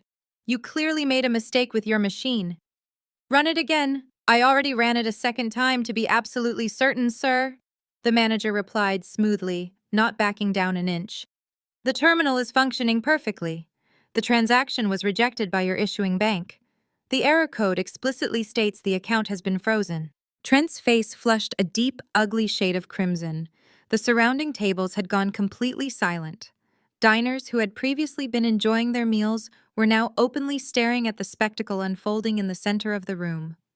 Nothing draws the attention of the elite quite like the sudden public failure of wealth. "Run my personal card." Then Trent snapped, snatching the corporate card off the tray and slapping a different piece of plastic down. He was sweating now. I could see the distinct sheen of moisture gathering on his forehead. I knew exactly what would happen next. Trent had drained our joint checking account the night before to secure a down payment for whatever apartment he planned to rent with Bianca. His personal credit cards were already maxed out from funding his secret double life. He had nothing left. He had been relying entirely on his company expense account to fund this lavish lifestyle until his next bonus arrived. A bonus that was never coming. The manager took the personal card and walked back to the terminal. He returned less than a minute later, shaking his head. "I apologize, sir, but this card has also been declined for insufficient funds. Do you have another method of payment for the $4,200 balance?" The words "insufficient funds" echoed through the dining alcove like a gunshot. Bianca physically recoiled from Trent, sliding her chair back to put distance between herself and the humiliation. The illusion of her powerful, wealthy fiancé was vaporizing before her eyes. Trent was hyperventilating. He patted his pockets frantically, pulling out his wallet to search for a hidden lifeline that did not exist. The manager stood waiting, his posture completely unforgiving. "Mom," Trent hissed, leaning across the table toward Patricia. His voice was high and panicked, completely devoid of the arrogant swagger he possessed just 10 minutes ago. "Mom, I need you to cover this. My bank must have flagged my accounts for fraud alerts because of the large purchases today. Just pay the bill, and I will wire you the cash tomorrow morning." Patricia looked absolutely horrified. She was a woman who prized social status above all else, and her son was currently begging her for money in front of a Michelin star waitstaff and a room full of wealthy strangers. Furthermore, Patricia did not have $4,000 in disposable cash just sitting in her checking account. She lived comfortably, but her wealth was tied up in assets and strict monthly budgets set by her late husband's trust. "I do not have that kind of limit on my daily card, Trent," Patricia whispered furiously, her face turning an alarming shade of purple. "Use another one of your accounts." "I do not have another one," Trent shot back, his panic escalating into genuine terror. "Just give them whatever you have, Courtney. Give them your card too. We have to split it. Hurry up." Courtney let out a dramatic gasp of outrage, but she begrudgingly dug into her designer purse. For the next agonizing 5 minutes, I watched my ex-husband, his toxic mother, and his vicious sister frantically empty their wallets. They handed the manager a pathetic stack of 4 different credit cards, begging him to split the enormous bill across multiple accounts just to cover the cost of their engagement dinner. Bianca looked absolutely mortified. The fake heiress who demanded rings and mansions was currently watching her supposed corporate king scrape together his mother's grocery money just to pay for an appetizer platter. She crossed her arms, glaring at Trent with pure disgust. I raised my crystal flute toward their table, offering a silent, mocking toast. Trent happened to glance up at that exact moment. Our eyes locked. He saw the cold, calculated triumph in my gaze. Suddenly, a sharp, piercing ringtone erupted from Trent's suit jacket. He pulled out his phone, his hands shaking violently as he looked at the screen. It was an automated alert from his company's financial sector. I watched his eyes widen in sheer, unadulterated horror as he read the notification. This was not a bank glitch. This was not a routine fraud alert. The message undoubtedly informed him that the primary creditor holding his entire company afloat had just frozen all executive assets pending a comprehensive audit. The corporate money was gone. The company was in freefall. Trent shoved the phone back into his pocket, his breathing turning ragged and desperate. He did not say a single word to Bianca. He did not apologize to his mother or thank her for bailing him out. He simply pushed his chair back with such force that it crashed to the floor, abandoned his family at the table, and sprinted blindly toward the restaurant exit, desperately scrolling through his contacts to call his boss. The total destruction of his life had officially begun. Trent burst through the heavy glass doors of the luminary, stumbling onto the damp Seattle pavement. The cool night air hit his flushed face, but it did nothing to lower his skyrocketing body temperature. He frantically scrolled through his contacts, his thumb slipping against the glass screen due to the cold sweat coating his palms. He bypassed his mother and sister, entirely abandoning them to deal with the fallout of the humiliated fake heiress inside. He had one singular, desperate focus. He needed to know why the financial lifeline of his entire corporate existence had just been violently severed. He pressed the call button for the president of his company, pacing aggressively down the sidewalk. The phone rang 6 times before it went to voicemail. He cursed loudly, kicking a nearby metal pole, completely ignoring the startled glances of passing pedestrians. He dialed again, then a 3rd time. Finally, a breathless, panicked voice answered on the other end. The company president did not offer a greeting. He simply yelled that Thorn Capital had initiated an emergency freeze on all operational funds, claiming their loan extension was under a hostile executive review. The company was bleeding out in real time, and every single corporate credit line had been shut down with 0 warning. Trent spent the rest of the night pacing the hardwood floors of his empty, dark house, the same house he had violently kicked me out of just 24 hours prior. He did not sleep a single wink. His phone buzzed relentlessly, but it was never the news he wanted. Bianca sent exactly 1 text message stating she was staying at a boutique hotel downtown and that he should not bother contacting her until he fixed his embarrassing financial situation. The woman he had destroyed his marriage for was already pulling away at the very first sign of poverty. By the time the sun rose over the Puget Sound, Trent looked like a hollow, decaying shell of the arrogant executive he claimed to be.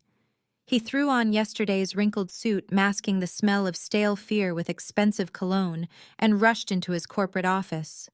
The atmosphere inside the building was sheer, unfiltered chaos. Junior employees were whispering in the break rooms. Board members were shouting behind closed glass doors. Jamal was barricaded in the accounting department, refusing to answer Trent's frantic demands for updated spreadsheets. The entire company was collectively staring down the barrel of immediate bankruptcy. Trent locked himself inside his corner office, staring at the flashing red alerts on his dual monitors. His personal bank accounts were completely drained. His corporate safety net was gone. His only hope of survival lay in the hands of the faceless executives at Thorn Capital. For the next 8 hours, Trent waged a relentless, desperate telephone campaign. He dialed the primary contact number for Thorn Capital over and over again, only to be met with automated hold music and polite, unyielding receptionists who transferred him to endless voicemail boxes. His initial tone of aggressive corporate authority slowly deteriorated into a pathetic, high-pitched beg. He needed to speak to the loan officer. He needed to speak to the portfolio manager. He needed anyone to explain why a guaranteed $5 million extension had morphed into an immediate asset freeze. At exactly 4 o'clock in the afternoon, the automated hold music abruptly stopped. A sharp, highly professional female voice came over the line. "Thorn Capital Executive Office. How may I direct your call?" Trent gripped the edge of his mahogany desk, his knuckles turning stark white. He leaned into the speakerphone, his voice trembling with a mixture of exhaustion and raw terror. "This is Trent from the executive board of your primary tech portfolio. I have been trying to reach someone in your lending department all day. Our operational accounts have been frozen without due process. We submitted our request for the $5 million loan extension directly to Gabriel Thorne yesterday. I demand to speak with him immediately to clear up this catastrophic clerical error." There was a brief, chilling pause on the other end of the line. The quiet tapping of a keyboard echoed softly. "I apologize for the confusion, sir," the secretary replied, her tone perfectly devoid of any human empathy. "Gabriel Thorne passed away yesterday afternoon." Trent stopped breathing. The blood completely drained from his face. The man holding his company's entire debt portfolio was dead. For a fleeting fraction of a second, a sick, twisted wave of relief washed over Trent. If the billionaire was dead, the debt collection might be delayed in probate court. They might have months to restructure their finances while lawyers argued over the estate. However, the secretary continued smoothly slicing right through Trent's momentary delusion. The transition of leadership has already been fully executed. A new chief executive officer has taken absolute control of the firm and the entire $50 million estate. It was by the direct personal order of the new CEO that your specific corporate account was flagged for immediate asset seizure due to breach of contract. Your loan extension has been officially denied. Trent leaped out of his leather chair. The panic clawing at his throat finally boiled over into outright rage. "What do you mean denied?" he screamed, slamming his fist against the desk. "You cannot just bankrupt a company overnight because you got a new boss. We have a standing relationship with that firm. Who the hell is this new CEO? I demand to know who has the authority to shut down my entire life. Put them on the phone right now." The secretary did not raise her voice. She did not flinch at his hostility. She simply delivered the final lethal blow with surgical precision. "The CEO does not take direct calls from defaulting debtors, sir," she stated coldly. "But since you are requesting official verification of leadership, I am forwarding the verified corporate press release to your professional email address right now. It outlines the succession plan and introduces the sole heir to the Thorne estate. Have a pleasant evening." The line went dead. Trent stood paralyzed in the center of his office, his chest heaving as he stared at his computer monitor. A single unread email popped into his inbox. The subject line read, "Official Leadership Transition at Thorn Capital." His hand shook violently as he reached for the mouse. He clicked the email open. A high-resolution, professionally captured photograph filled the entire screen. It was a picture of me. I was wearing the razor-sharp black silk tuxedo jacket and the vintage diamond choker, looking directly into the camera with an expression of absolute terrifying power. The bold black text beneath the photograph officially introduced Sydney Thorne as the sole legal widow, the sole inheritor of the $50 million fortune, and the newly instated CEO of the very firm holding Trent's financial executioner's axe. Trent stared at my face, his mind completely shattered. The woman he had thrown into the freezing rain, The woman he had discarded to steal a fake fortune was actually the billionaire holding the match to his gasoline-soaked life. His fingers went completely numb. The expensive smartphone slipped from his grasp, crashing heavily onto the hardwood floor. He fell back into his chair, gasping for air that suddenly felt entirely toxic. He was completely, irrevocably destroyed. Trent remained frozen on the floor of his office for nearly an hour. The sheer magnitude of his miscalculation had crushed the air completely out of his lungs. But as the initial paralyzing shock finally wore off, the primal instinct of a desperate, greedy man took over. He scrambled across the hardwood floor, snatching up his dropped phone with trembling, sweaty hands.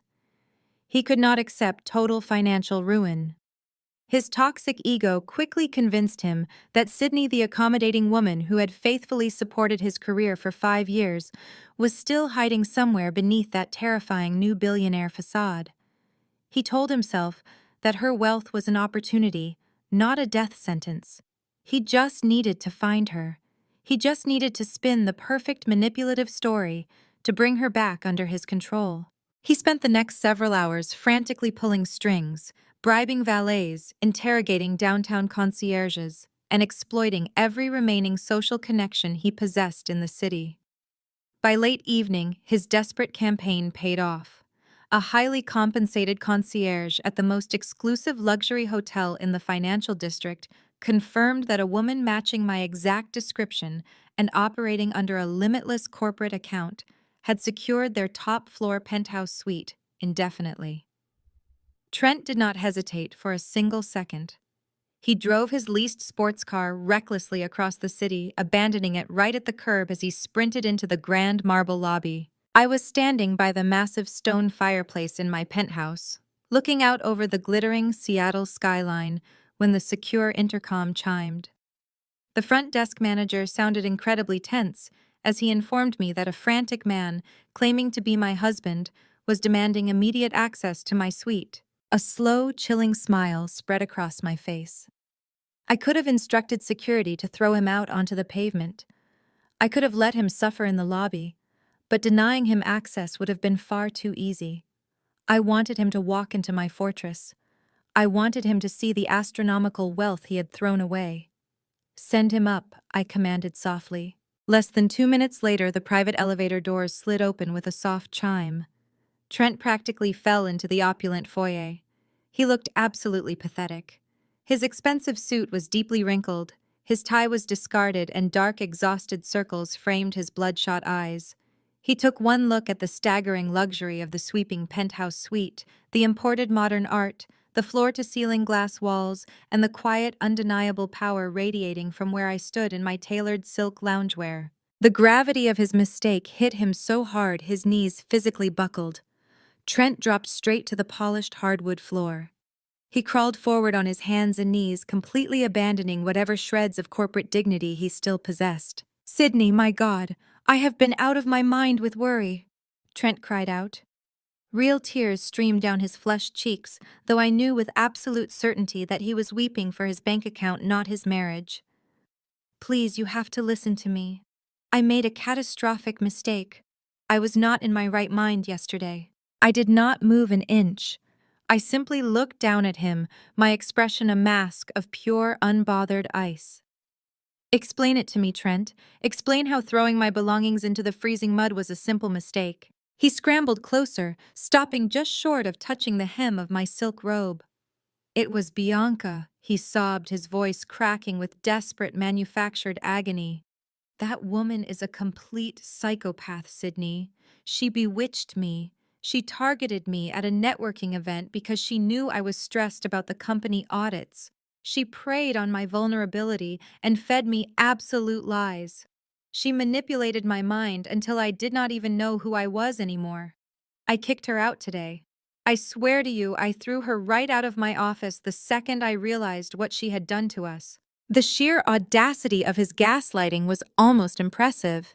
He was throwing the woman he had proudly paraded into my house straight under a speeding bus just to save his own skin. He reached up, clasping his hands together as if praying to a deity, and the baby Trent continued his words, spilling out in a frantic, manic rush. "Sydney, I was so confused and angry because of the pressure Bianca put on me. But I called my old urologist this morning in a total panic. I made them pull my medical files from 3 years ago. The doctor told me the procedure must have reversed itself. He said it happens in rare cases. My vasectomy failed Sydney. The baby is a medical miracle, and it is definitely mine. I know it is mine. I stared at him, marveling at the depths of his depravity. Jamal had already provided me with the undeniable proof that Trent had paid off a corrupt clinic clerk to forge fake post-operative reports. Trent never had the surgery to begin with. Yet here he was, kneeling on my floor, weaponizing our unborn child and spinning a wildly intricate lie about a medical miracle just to secure a $50 million payday. I know I hurt you, Trent, wept, finally reaching out to gently touch the toe of my slipper. But I am begging you to forgive me. I love you. I have always loved you. We are a family, Sydney. We are a family, and we need to stay together for our baby. He looked up at me, his eyes wide with a desperate, hopeful plea. He genuinely believed his performance was working. He thought the mention of our family would trigger the old accommodating wife who used to fix all of his problems. I looked down at the man sobbing on my floor. I did not scream. I did not throw my glass at the wall. Instead, I let a soft, cold smile touch the corners of my mouth. I appreciate your honesty, Trent. I said, my voice smooth and perfectly measured. Tearing apart a marriage is a massive decision, especially with a child involved. I think it is incredibly important that we handle this transition with the proper respect our family deserves. Trent let out a massive, shuddering breath of relief. A greedy, triumphant spark ignited in his tear-filled eyes. He thought he had successfully manipulated the situation. He thought my calm demeanor meant submission. However, I continued, stepping back slightly to break his physical contact with my shoe. We cannot resolve something this complex in a hotel room. We need to do this properly. I want you to bring Patricia and Courtney to Mr. Caldwell's legal office this Friday at exactly noon. We are going to sit down as a family, discuss our assets, and finalize the future of our estate together. Trent scrambled to his feet, his face glowing with sheer, unadulterated victory. Yes, absolutely. Friday at noon. My mother and sister will be thrilled, Sydney. They have been sick with worry about you, too. We will all be there. Thank you. Thank you for giving us another chance. He backed toward the elevator, nodding profusely, completely blind to the executioner's axe swinging directly toward his neck. He stepped into the elevator, believing he had just secured a $25 million victory. He had absolutely no idea he had just accepted an invitation to his own slaughter. The very next morning, the sleek digital console in my penthouse suite chimed with an alert from the front desk. The concierge informed me that a massive delivery required my immediate authorization. I approved it, fully expecting a courier to arrive with the finalized legal documents from Mr. Caldwell regarding the venture capital firm. Instead, the private elevator doors slid open to reveal 3 hotel staff members, struggling under the weight of the most ostentatious, obnoxious floral arrangements I had ever seen in my life. Towering displays of white orchids, imported lilies, and cascading rare roses completely filled my entryway. The overwhelming, cloying scent of the flowers instantly suffocated the crisp air of the suite. It reeked of absolute desperation. Attached to the largest, most expensive-looking bouquet was a thick, cream-colored envelope sealed with gold wax. The elegant cursive handwriting unmistakably belonged to Patricia. I opened it, my eyes scanning the sickly sweet, utterly fabricated apology written inside. "Sydney, my dearest daughter," she wrote. "Trent told us all about the terrible, heartbreaking misunderstanding at the restaurant last night. I am utterly devastated that my fiercely protective maternal instincts came across as hostility toward you. We were all just so overwhelmed by the crushing stress of Trent's corporate audits, and we lashed out unfairly. Please forgive an old woman who loves you dearly. You have always been the heart of this family. I cannot wait to hug you on Friday so we can put this ugly chapter behind us." I stared at the heavy cardstock, feeling a profound wave of physical nausea. This was a woman who less than 48 hours ago had looked me dead in the eyes on a flooded porch and called me a stray dog with no pedigree. Now faced with the blinding, undeniable glare of a $50 million fortune, she was suddenly playing the role of the doting, affectionate mother-in-law. I tossed the card onto the marble kitchen island and instructed the hotel staff to throw every single flower arrangement directly into the trash compactor in the basement. I refused to let the stench of her hypocrisy linger in my sanctuary for even a second. A moment later, my secure phone vibrated against the countertop. I picked it up and saw a notification from a social media platform I rarely checked. It was from Courtney. The sister-in-law who had literally threatened to scream for security if I did not leave the Michelin star restaurant was now publicly declaring her undying devotion to me. She had posted a highly filtered, heavily edited throwback photograph from a holiday party 3 years ago. In the picture, we were standing next to a decorated fireplace. I remembered that night perfectly because just moments before the camera flashed, Courtney had loudly mocked my outfit. Now the caption beneath the photo made my blood run cold. "Reunited, and it feels so good," Courtney wrote, adding a string of heart emojis. I am so incredibly blessed to have a sister-in-law who embodies grace, forgiveness, and unconditional love. Family is forever, Sydney. You are the best sister a girl could ever ask for. The comments were already flooding in, filled with mutual acquaintances praising our beautiful bond. Courtney was meticulously crafting a public narrative, laying down a digital paper trail to prove we had a deeply connected, loving relationship.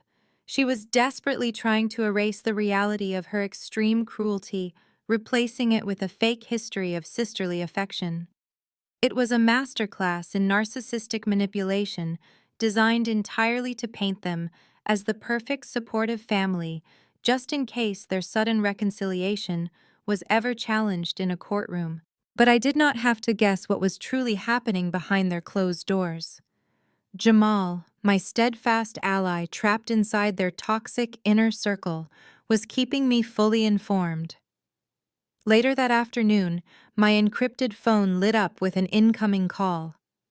Jamal spoke in a hushed, urgent whisper, clearly calling from a remote stairwell to avoid detection. "Sydney, you need to be prepared for Friday," Jamal warned, his deep voice tight with anxiety and disgust.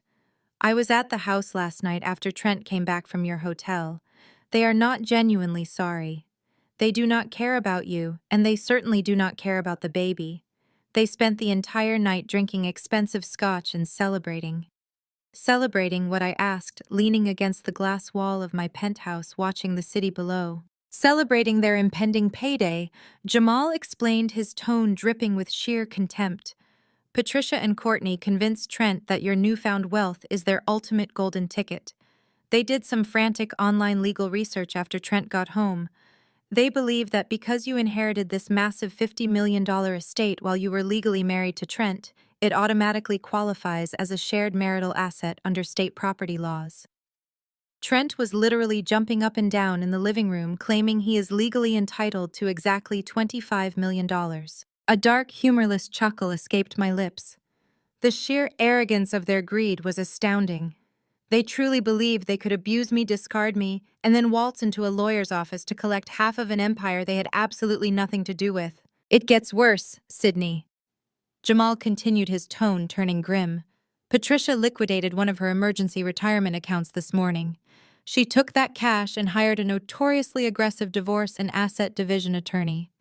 This guy is a literal shark who specializes in ruthless corporate uncoupling. They are paying him an astronomical retainer to march into your lawyer's office on Friday.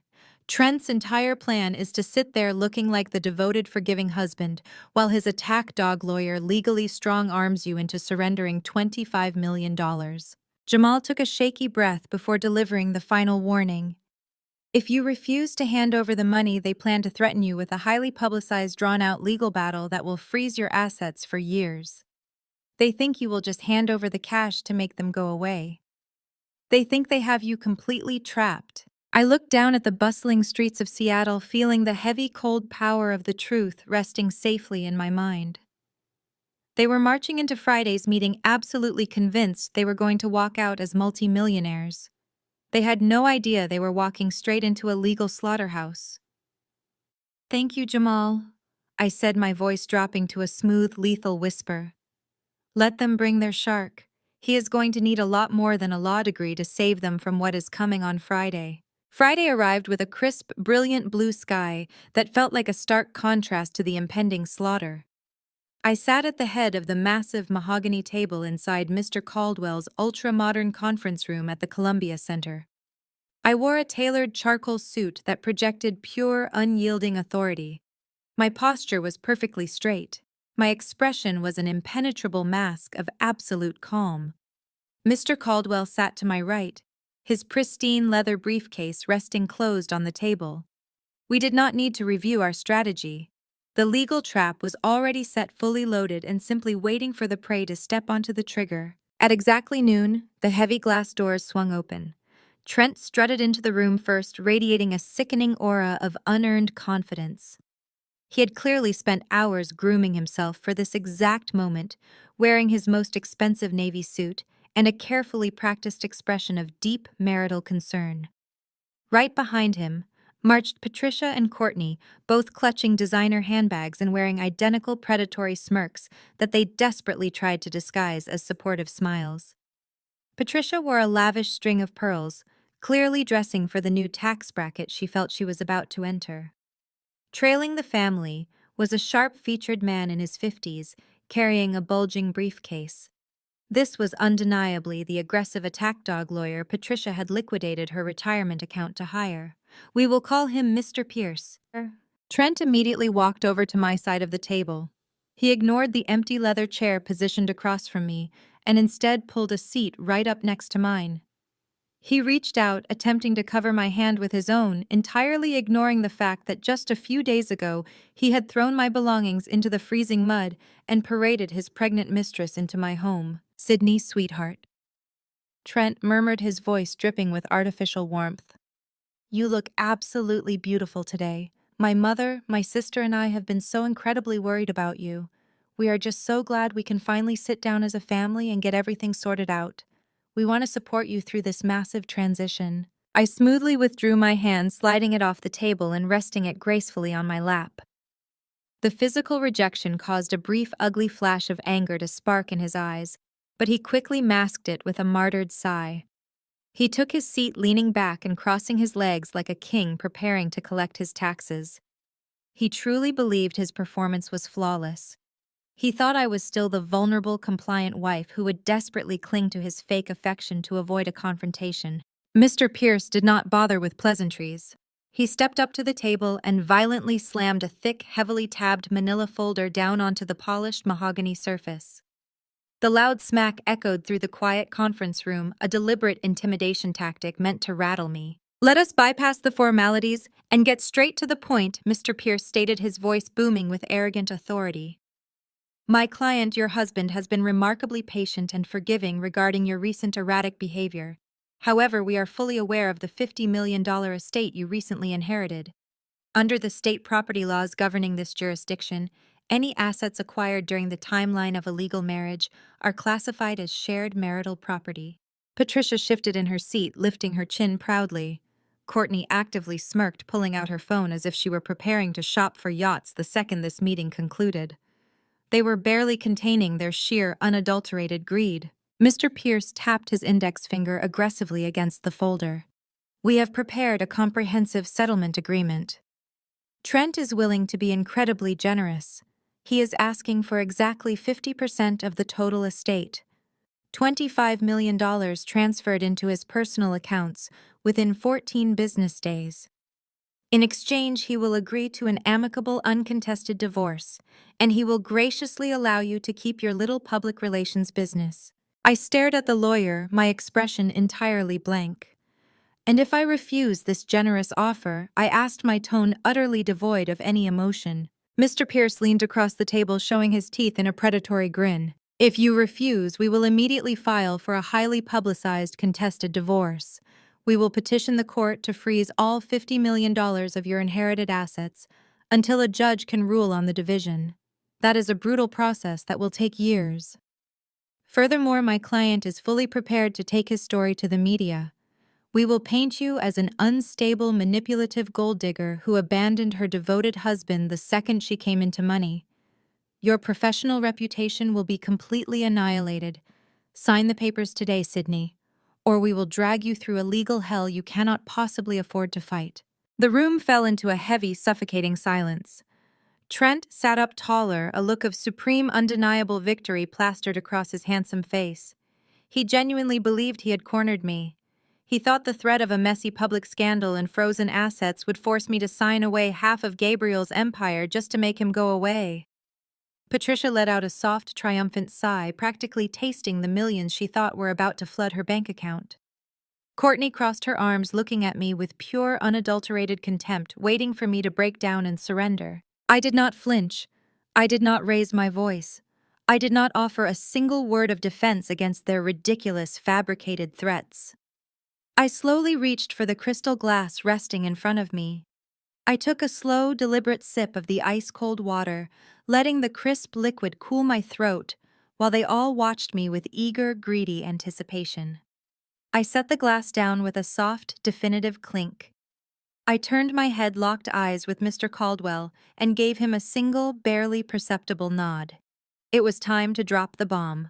Mr. Caldwell calmly unclasped the brass latches of his pristine leather briefcase. The sharp metallic clicks echoed like a judge's gavel in the tense silence of the conference room. He did not rush. He withdrew a single slender file folder, his movements precise and entirely devoid of the aggressive theatrics Mr. Pierce had employed. He placed the file squarely in the center of the table, resting his hands lightly on top of it. "Mr. Pierce," Caldwell began, his voice maintaining the measured, unbothered tone of a man who held every single winning card. "Your settlement proposal is certainly ambitious. It relies heavily on the statutes governing shared marital property in this jurisdiction. However, there is a fundamental flaw in your legal strategy. In order for assets to be classified as marital property and therefore subject to division, there must first be a legally recognized marriage." Trent frowned, a flicker of confusion breaking through his arrogant facade. "What are you talking about, Sydney? And I have been married for 5 years. We have a marriage certificate." Mr. Pierce puffed out his chest, stepping forward to defend his client's claim. "If you are attempting to stall by questioning the validity of the marriage license, I assure you it is fully registered with the county." "We are not playing semantic games today, Caldwell."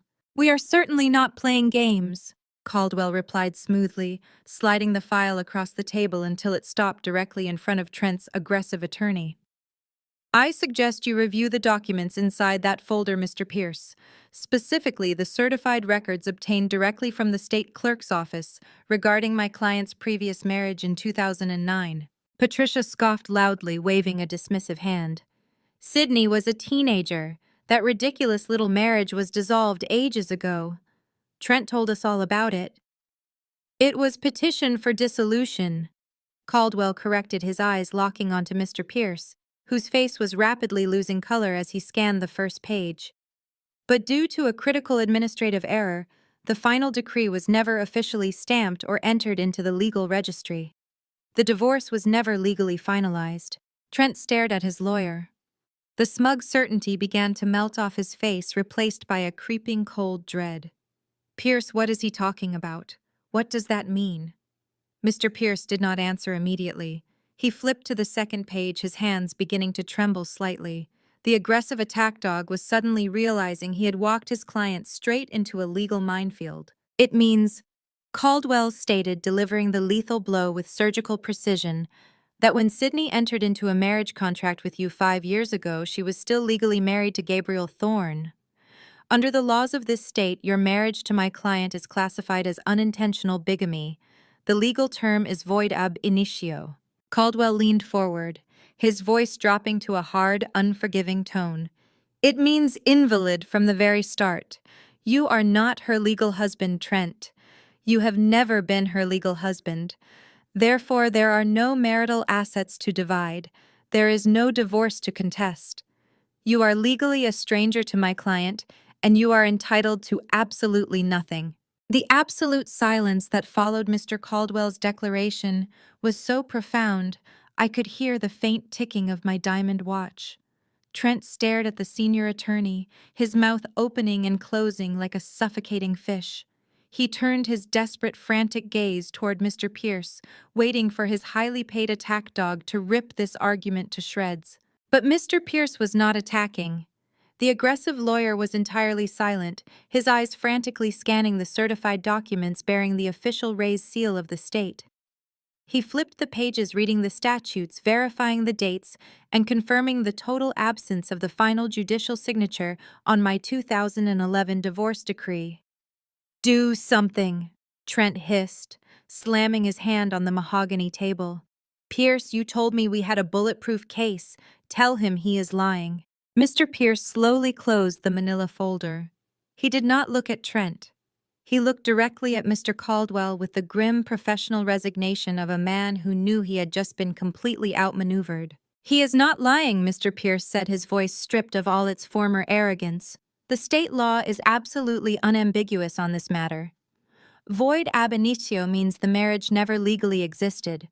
You have no community property rights. You have no legal standing to claim a single penny of her inheritance." Patricia let out a strangled, high-pitched gasp. All the color instantly drained from her face, leaving her looking like a withered gray ghost. She clutched her pearl necklace, her chest heaving as the reality of her shattered payday set in. Courtney grabbed the edge of the table, her manicured nails scraping against the polished wood. She began taking short, rapid breaths, hyperventilating as the millions she had already spent in her mind vanished into thin air. Mr. Pierce stood up. He did not ask for permission. He simply reached for his briefcase, snapped the brass clasps open, and shoved his useless settlement documents inside. "Where do you think you are going?" Trent demanded, his voice cracking with sheer panic. "You work for me. You are going to fix this." "I work for clients who actually have a legal case," Mr. Pierce replied coldly, snapping his briefcase shut. "And more importantly, I work for clients who can afford to pay my billable hours. Since you are not legally entitled to $25 million and your personal bank accounts are currently empty, my services are officially terminated. Have a good afternoon." The lawyer turned on his heel and marched straight out of the conference room, abandoning his clients without a single backward glance. The heavy glass door swung shut, sealing Trent, Patricia, and Courtney inside their own personal nightmare. Trent fell back into his chair, his hands trembling violently. He looked at me, his eyes wide with a pathetic, desperate pleading. "Sydney, please," he begged, his voice breaking. "You cannot do this. We built a life together. I bought that house with you. We were starting a family. You cannot just erase 5 years of our lives on a legal technicality." I leaned forward, resting my arms on the table. "I am not erasing anything, Trent. I am simply holding you to your own standard. You looked me in the eye on a freezing flooded porch, handed me a garbage bag of ruined clothes, and told me I was nothing. You threw a stranger out into the storm so you could move your fake heiress into my home. You just forgot to make sure that stranger did not have the power to destroy you." Patricia tried to speak, her voice shaking uncontrollably. "Sydney, we can find a compromise. We are reasonable people." I ignored her completely, keeping my eyes locked on Trent. "We are finished discussing my personal life." I stated, my tone shifting from cold rejection to sharp corporate authority. "Now let us move on to official business." I gave Mr. Caldwell another nod. He opened his briefcase a second time and withdrew a sleek black folder bearing the silver crest of Thorn Capital. He slid it across the table until it rested directly in front of Trent. As the majority shareholder and acting chief executive officer of Thorn Capital, I said every word dripping with lethal precision. "I have completed the executive review of your company's financial status. I have reviewed the fraudulent accounting, the hidden operational losses, and the desperate request for a $5 million loan extension." Trent's eyes darted down to the folder. He recognized his own corporate financials. The last shred of color left his face. "As your primary creditor, I am officially denying your request for the loan extension," I declared. "Furthermore, due to the severe breach of contract and the fraudulent financial reporting submitted to my firm, I am calling in your existing debt. The entire balance is due immediately by the close of business today." "You cannot do that," Trent screamed, leaping out of his chair. "If you call in the debt today, the company defaults. My shares are the collateral." You will wipe out my entire equity. I will lose my job. I will lose everything I have worked for." "Yes," I replied calmly. "Your shares are forfeit. They will be legally transferred to Thorn Capital within the hour. You are no longer an executive. You have no salary, no corporate credit card, and absolutely no equity. You are bankrupt." Trent stood completely paralyzed, his mind finally grasping the inescapable totality of his ruin. He had no marriage to leverage for cash. He had no house, as his name on the deed meant nothing without the funds to pay the mortgage. He had no job to run back to. He was entirely assetless, standing in the very clothes he had bought with money he no longer possessed. He was utterly, completely ruined. Patricia began to weep openly, burying her face in her hands. Courtney was clutching her chest, gasping for air as a full-blown panic attack took hold. They had walked into this high-rise office expecting to conquer an empire. Instead, they had been stripped down to absolute nothingness. Trent stumbled backward, defeated, broken, and completely devoid of his former arrogant swagger. He turned toward the heavy glass doors, desperate to escape the room, to run away and hide from the catastrophic wreckage of his own making. But as his hand reached for the door handle, I spoke one last time, my voice slicing through the heavy, suffocating air of the conference room. "Do not leave just yet, Trent," I commanded softly, a razor-sharp smile curving my lips. "We are not finished here. Wait, there is one more guest." The heavy glass doors of the conference room swung open. Every eye in the room turned toward the entrance. Jamal stepped across the threshold. He wore a sharp, impeccably tailored suit, standing tall and projecting an aura of absolute, unshakable confidence. He no longer looked like the trapped, humiliated accountant who had lowered his head in shame on my flooded porch. He looked like a man who had finally broken his chains and reclaimed his entire identity. Courtney gasped, her hands flying to her mouth in sheer outrage. "Jamal, what in the world are you doing here?" she demanded, her voice shrill with arrogant confusion. "You are supposed to be at the office fixing this financial mess." Trent glared at his brother-in-law, a flash of his old toxic authority, attempting to resurface despite his recent financial execution. "Jamal, get back to work immediately. I did not authorize you to leave the building, let alone come to my private legal meeting." Jamal did not flinch. He did not lower his gaze. He simply walked past his frantic wife and his ruined boss, stepping directly up to the mahogany table. He reached into his leather briefcase and pulled out a thick, heavily tabbed manila folder. He dropped it onto the polished wood surface, right next to the corporate financial documents Mr. Caldwell had just presented. The heavy thud echoed like a final nail being driven into a coffin. "I do not take orders from you anymore, Trent," Jamal stated, his deep voice ringing with absolute authority. "My resignation was submitted to Human Resources an hour ago.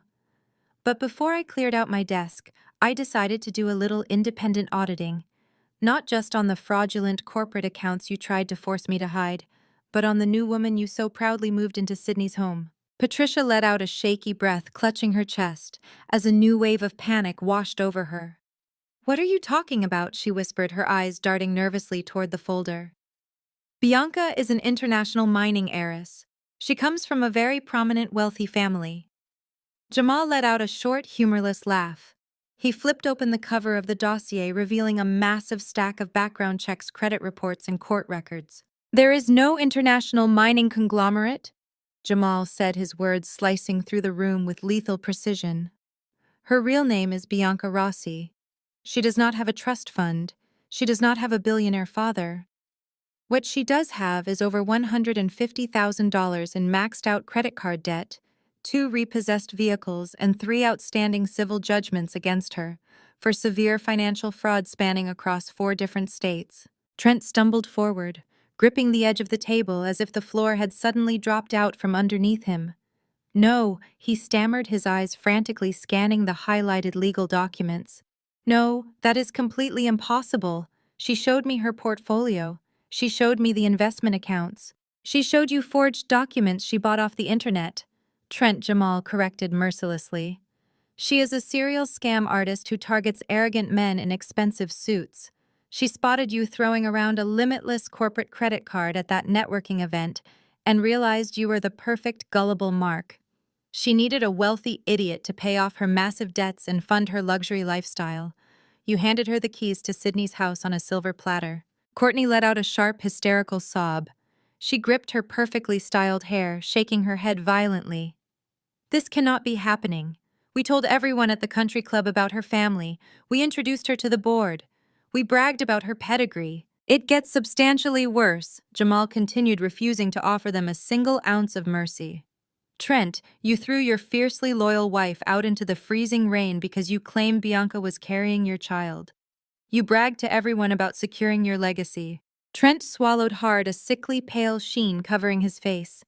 He looked at Jamal with raw, undisguised terror. She is pregnant, Trent whispered desperately, his voice cracking. I saw the ultrasound. I went to the clinic with her. That baby is mine. Jamal pulled a final document from the back of the folder. It was a printed collection of text messages, emails, and eviction notices retrieved by a private investigator. Bianca is currently facing a massive eviction lawsuit at her downtown apartment complex, Jamal explained, tossing the papers directly in front of Trent. She has not paid rent in over 8 months. To avoid being thrown out onto the street, she has been sleeping with her 52-year-old landlord since last summer. The room went dead silent. The horrific realization began to dawn on Trent, his eyes widening to the size of saucers as he stared at the text message transcripts. That baby does not belong to you, Trent, Jamal stated, delivering the absolute fatal strike. The timeline matches perfectly with her landlord. She got pregnant by a middle-aged man she was using for free rent. When she realized he had no actual money to support a child, she panicked. She went out hunting for a wealthy savior to pin the pregnancy on, and you walked right into her trap.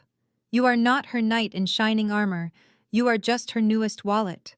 And now that your corporate card is declined, she is already packing her bags. Trent physically collapsed. His knees gave out entirely, and he crashed down into the leather chair, staring blankly at the wall. His mind was violently tearing itself apart as the astronomical weight of his catastrophic failure finally crushed him. Patricia buried her face in her hands, weeping loudly, mourning the total destruction of her social standing and the imaginary wealth she had banked her entire future on. Courtney stood frozen, staring at her husband in sheer terror, realizing that Jamal held all the cards and was no longer playing their toxic family games. I watched Trent's chest heave as he struggled to draw breath. He looked down at his shaking, empty hands. The devastating comparison hit him like a freight train. He had held a genuine $50 million empire in the palm of his hands. He had been married to a woman who loved him unconditionally, who funded his career, and who was carrying his actual biological child.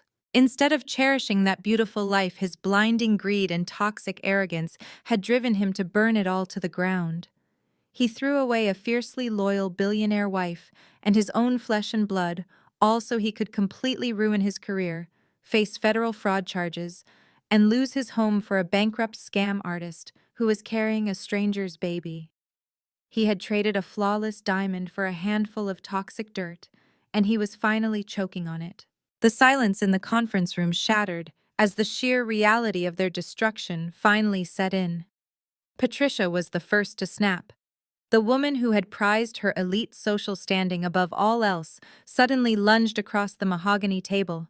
Her hand struck Trent's cheek with a sharp, echoing slap that whipped his head to the side. "You absolute fool!"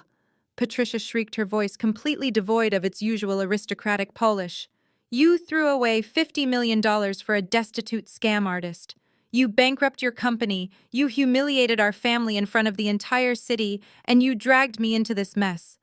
We are going to lose everything because you could not keep your ego in check." Trent just sat there, clutching his stinging cheek, staring blankly at the floor as his mother continued to scream at him. He was completely hollowed out, a broken shell of the arrogant man who had strutted into the room an hour ago.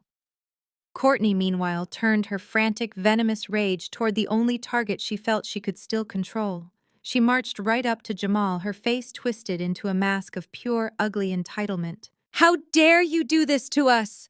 Courtney screamed, jabbing her finger into her husband's chest. "You are supposed to protect this family.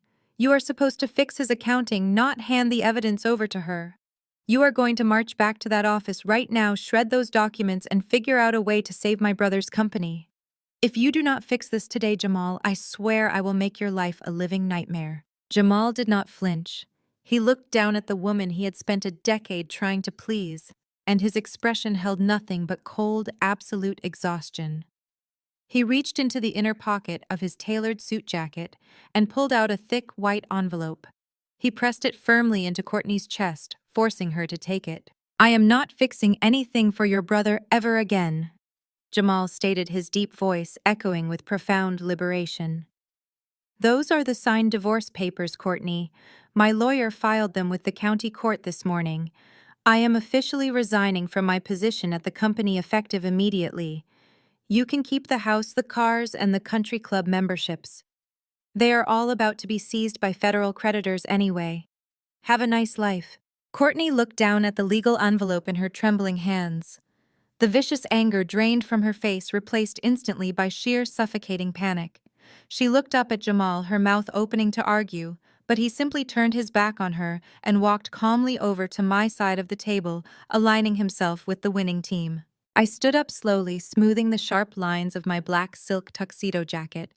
The sudden movement drew every eye in the room. Trent finally looked up from the floor. His eyes were red-rimmed wide and filled with a pathetic, desperate pleading. He opened his mouth, likely to beg for a fraction of mercy, but I raised my hand, silencing him instantly. "Do not say a single word, Trent," I commanded, my voice dropping to a smooth, lethal register that froze the air in the room. "I want you to remember the freezing rain on Tuesday night. I want you to remember the exact sound my luggage made when you threw it into the mud. You looked me in the eyes and told me I was a stray dog. You told me I had no family, no pedigree, and absolutely nothing to my name." I leaned forward, resting my hands on the polished table, making sure he felt the full, crushing weight of my presence. "You thought you were burying me. You thought you could strip me of my dignity and leave me to freeze while you celebrated your brilliant little scam. But throwing my bags out into that storm was the absolute greatest favor you ever did for me. You did not break me, Trent. You simply handed me the key to my own cage, and while you were busy playing a wealthy executive for a broke, desperate fraud, I stepped into an empire." I picked up the black titanium card resting on the table and slipped it carefully into my designer handbag. "You are bankrupt," I finalized, staring down at the miserable, broken man who used to be my husband.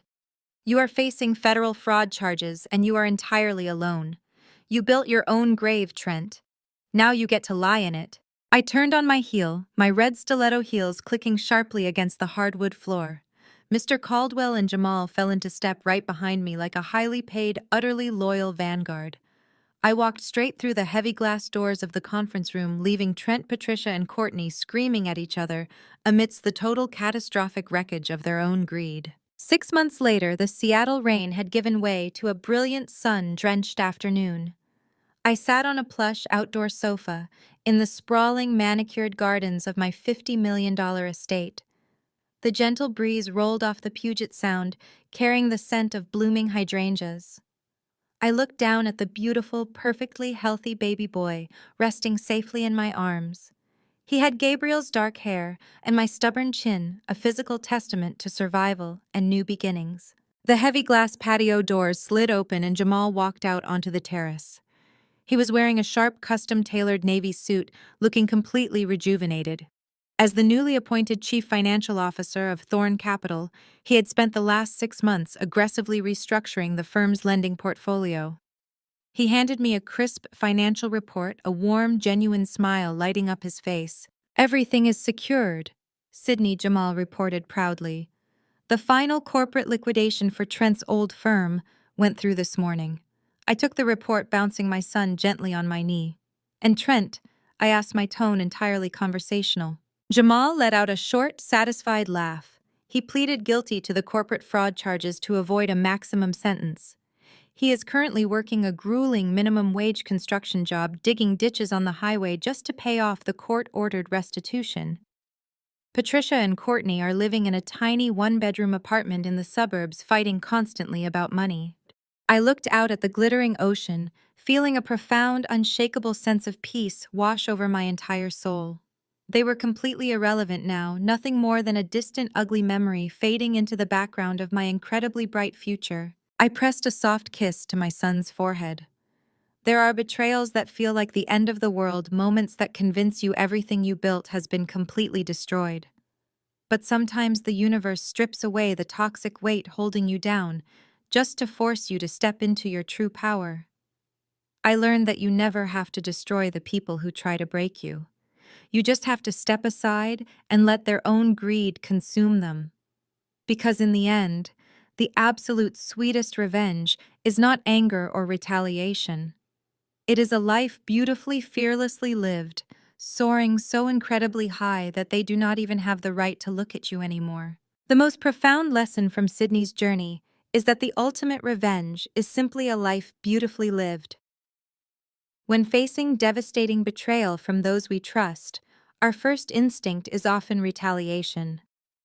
However, this story shows that true power lies in walking away and building your own empire.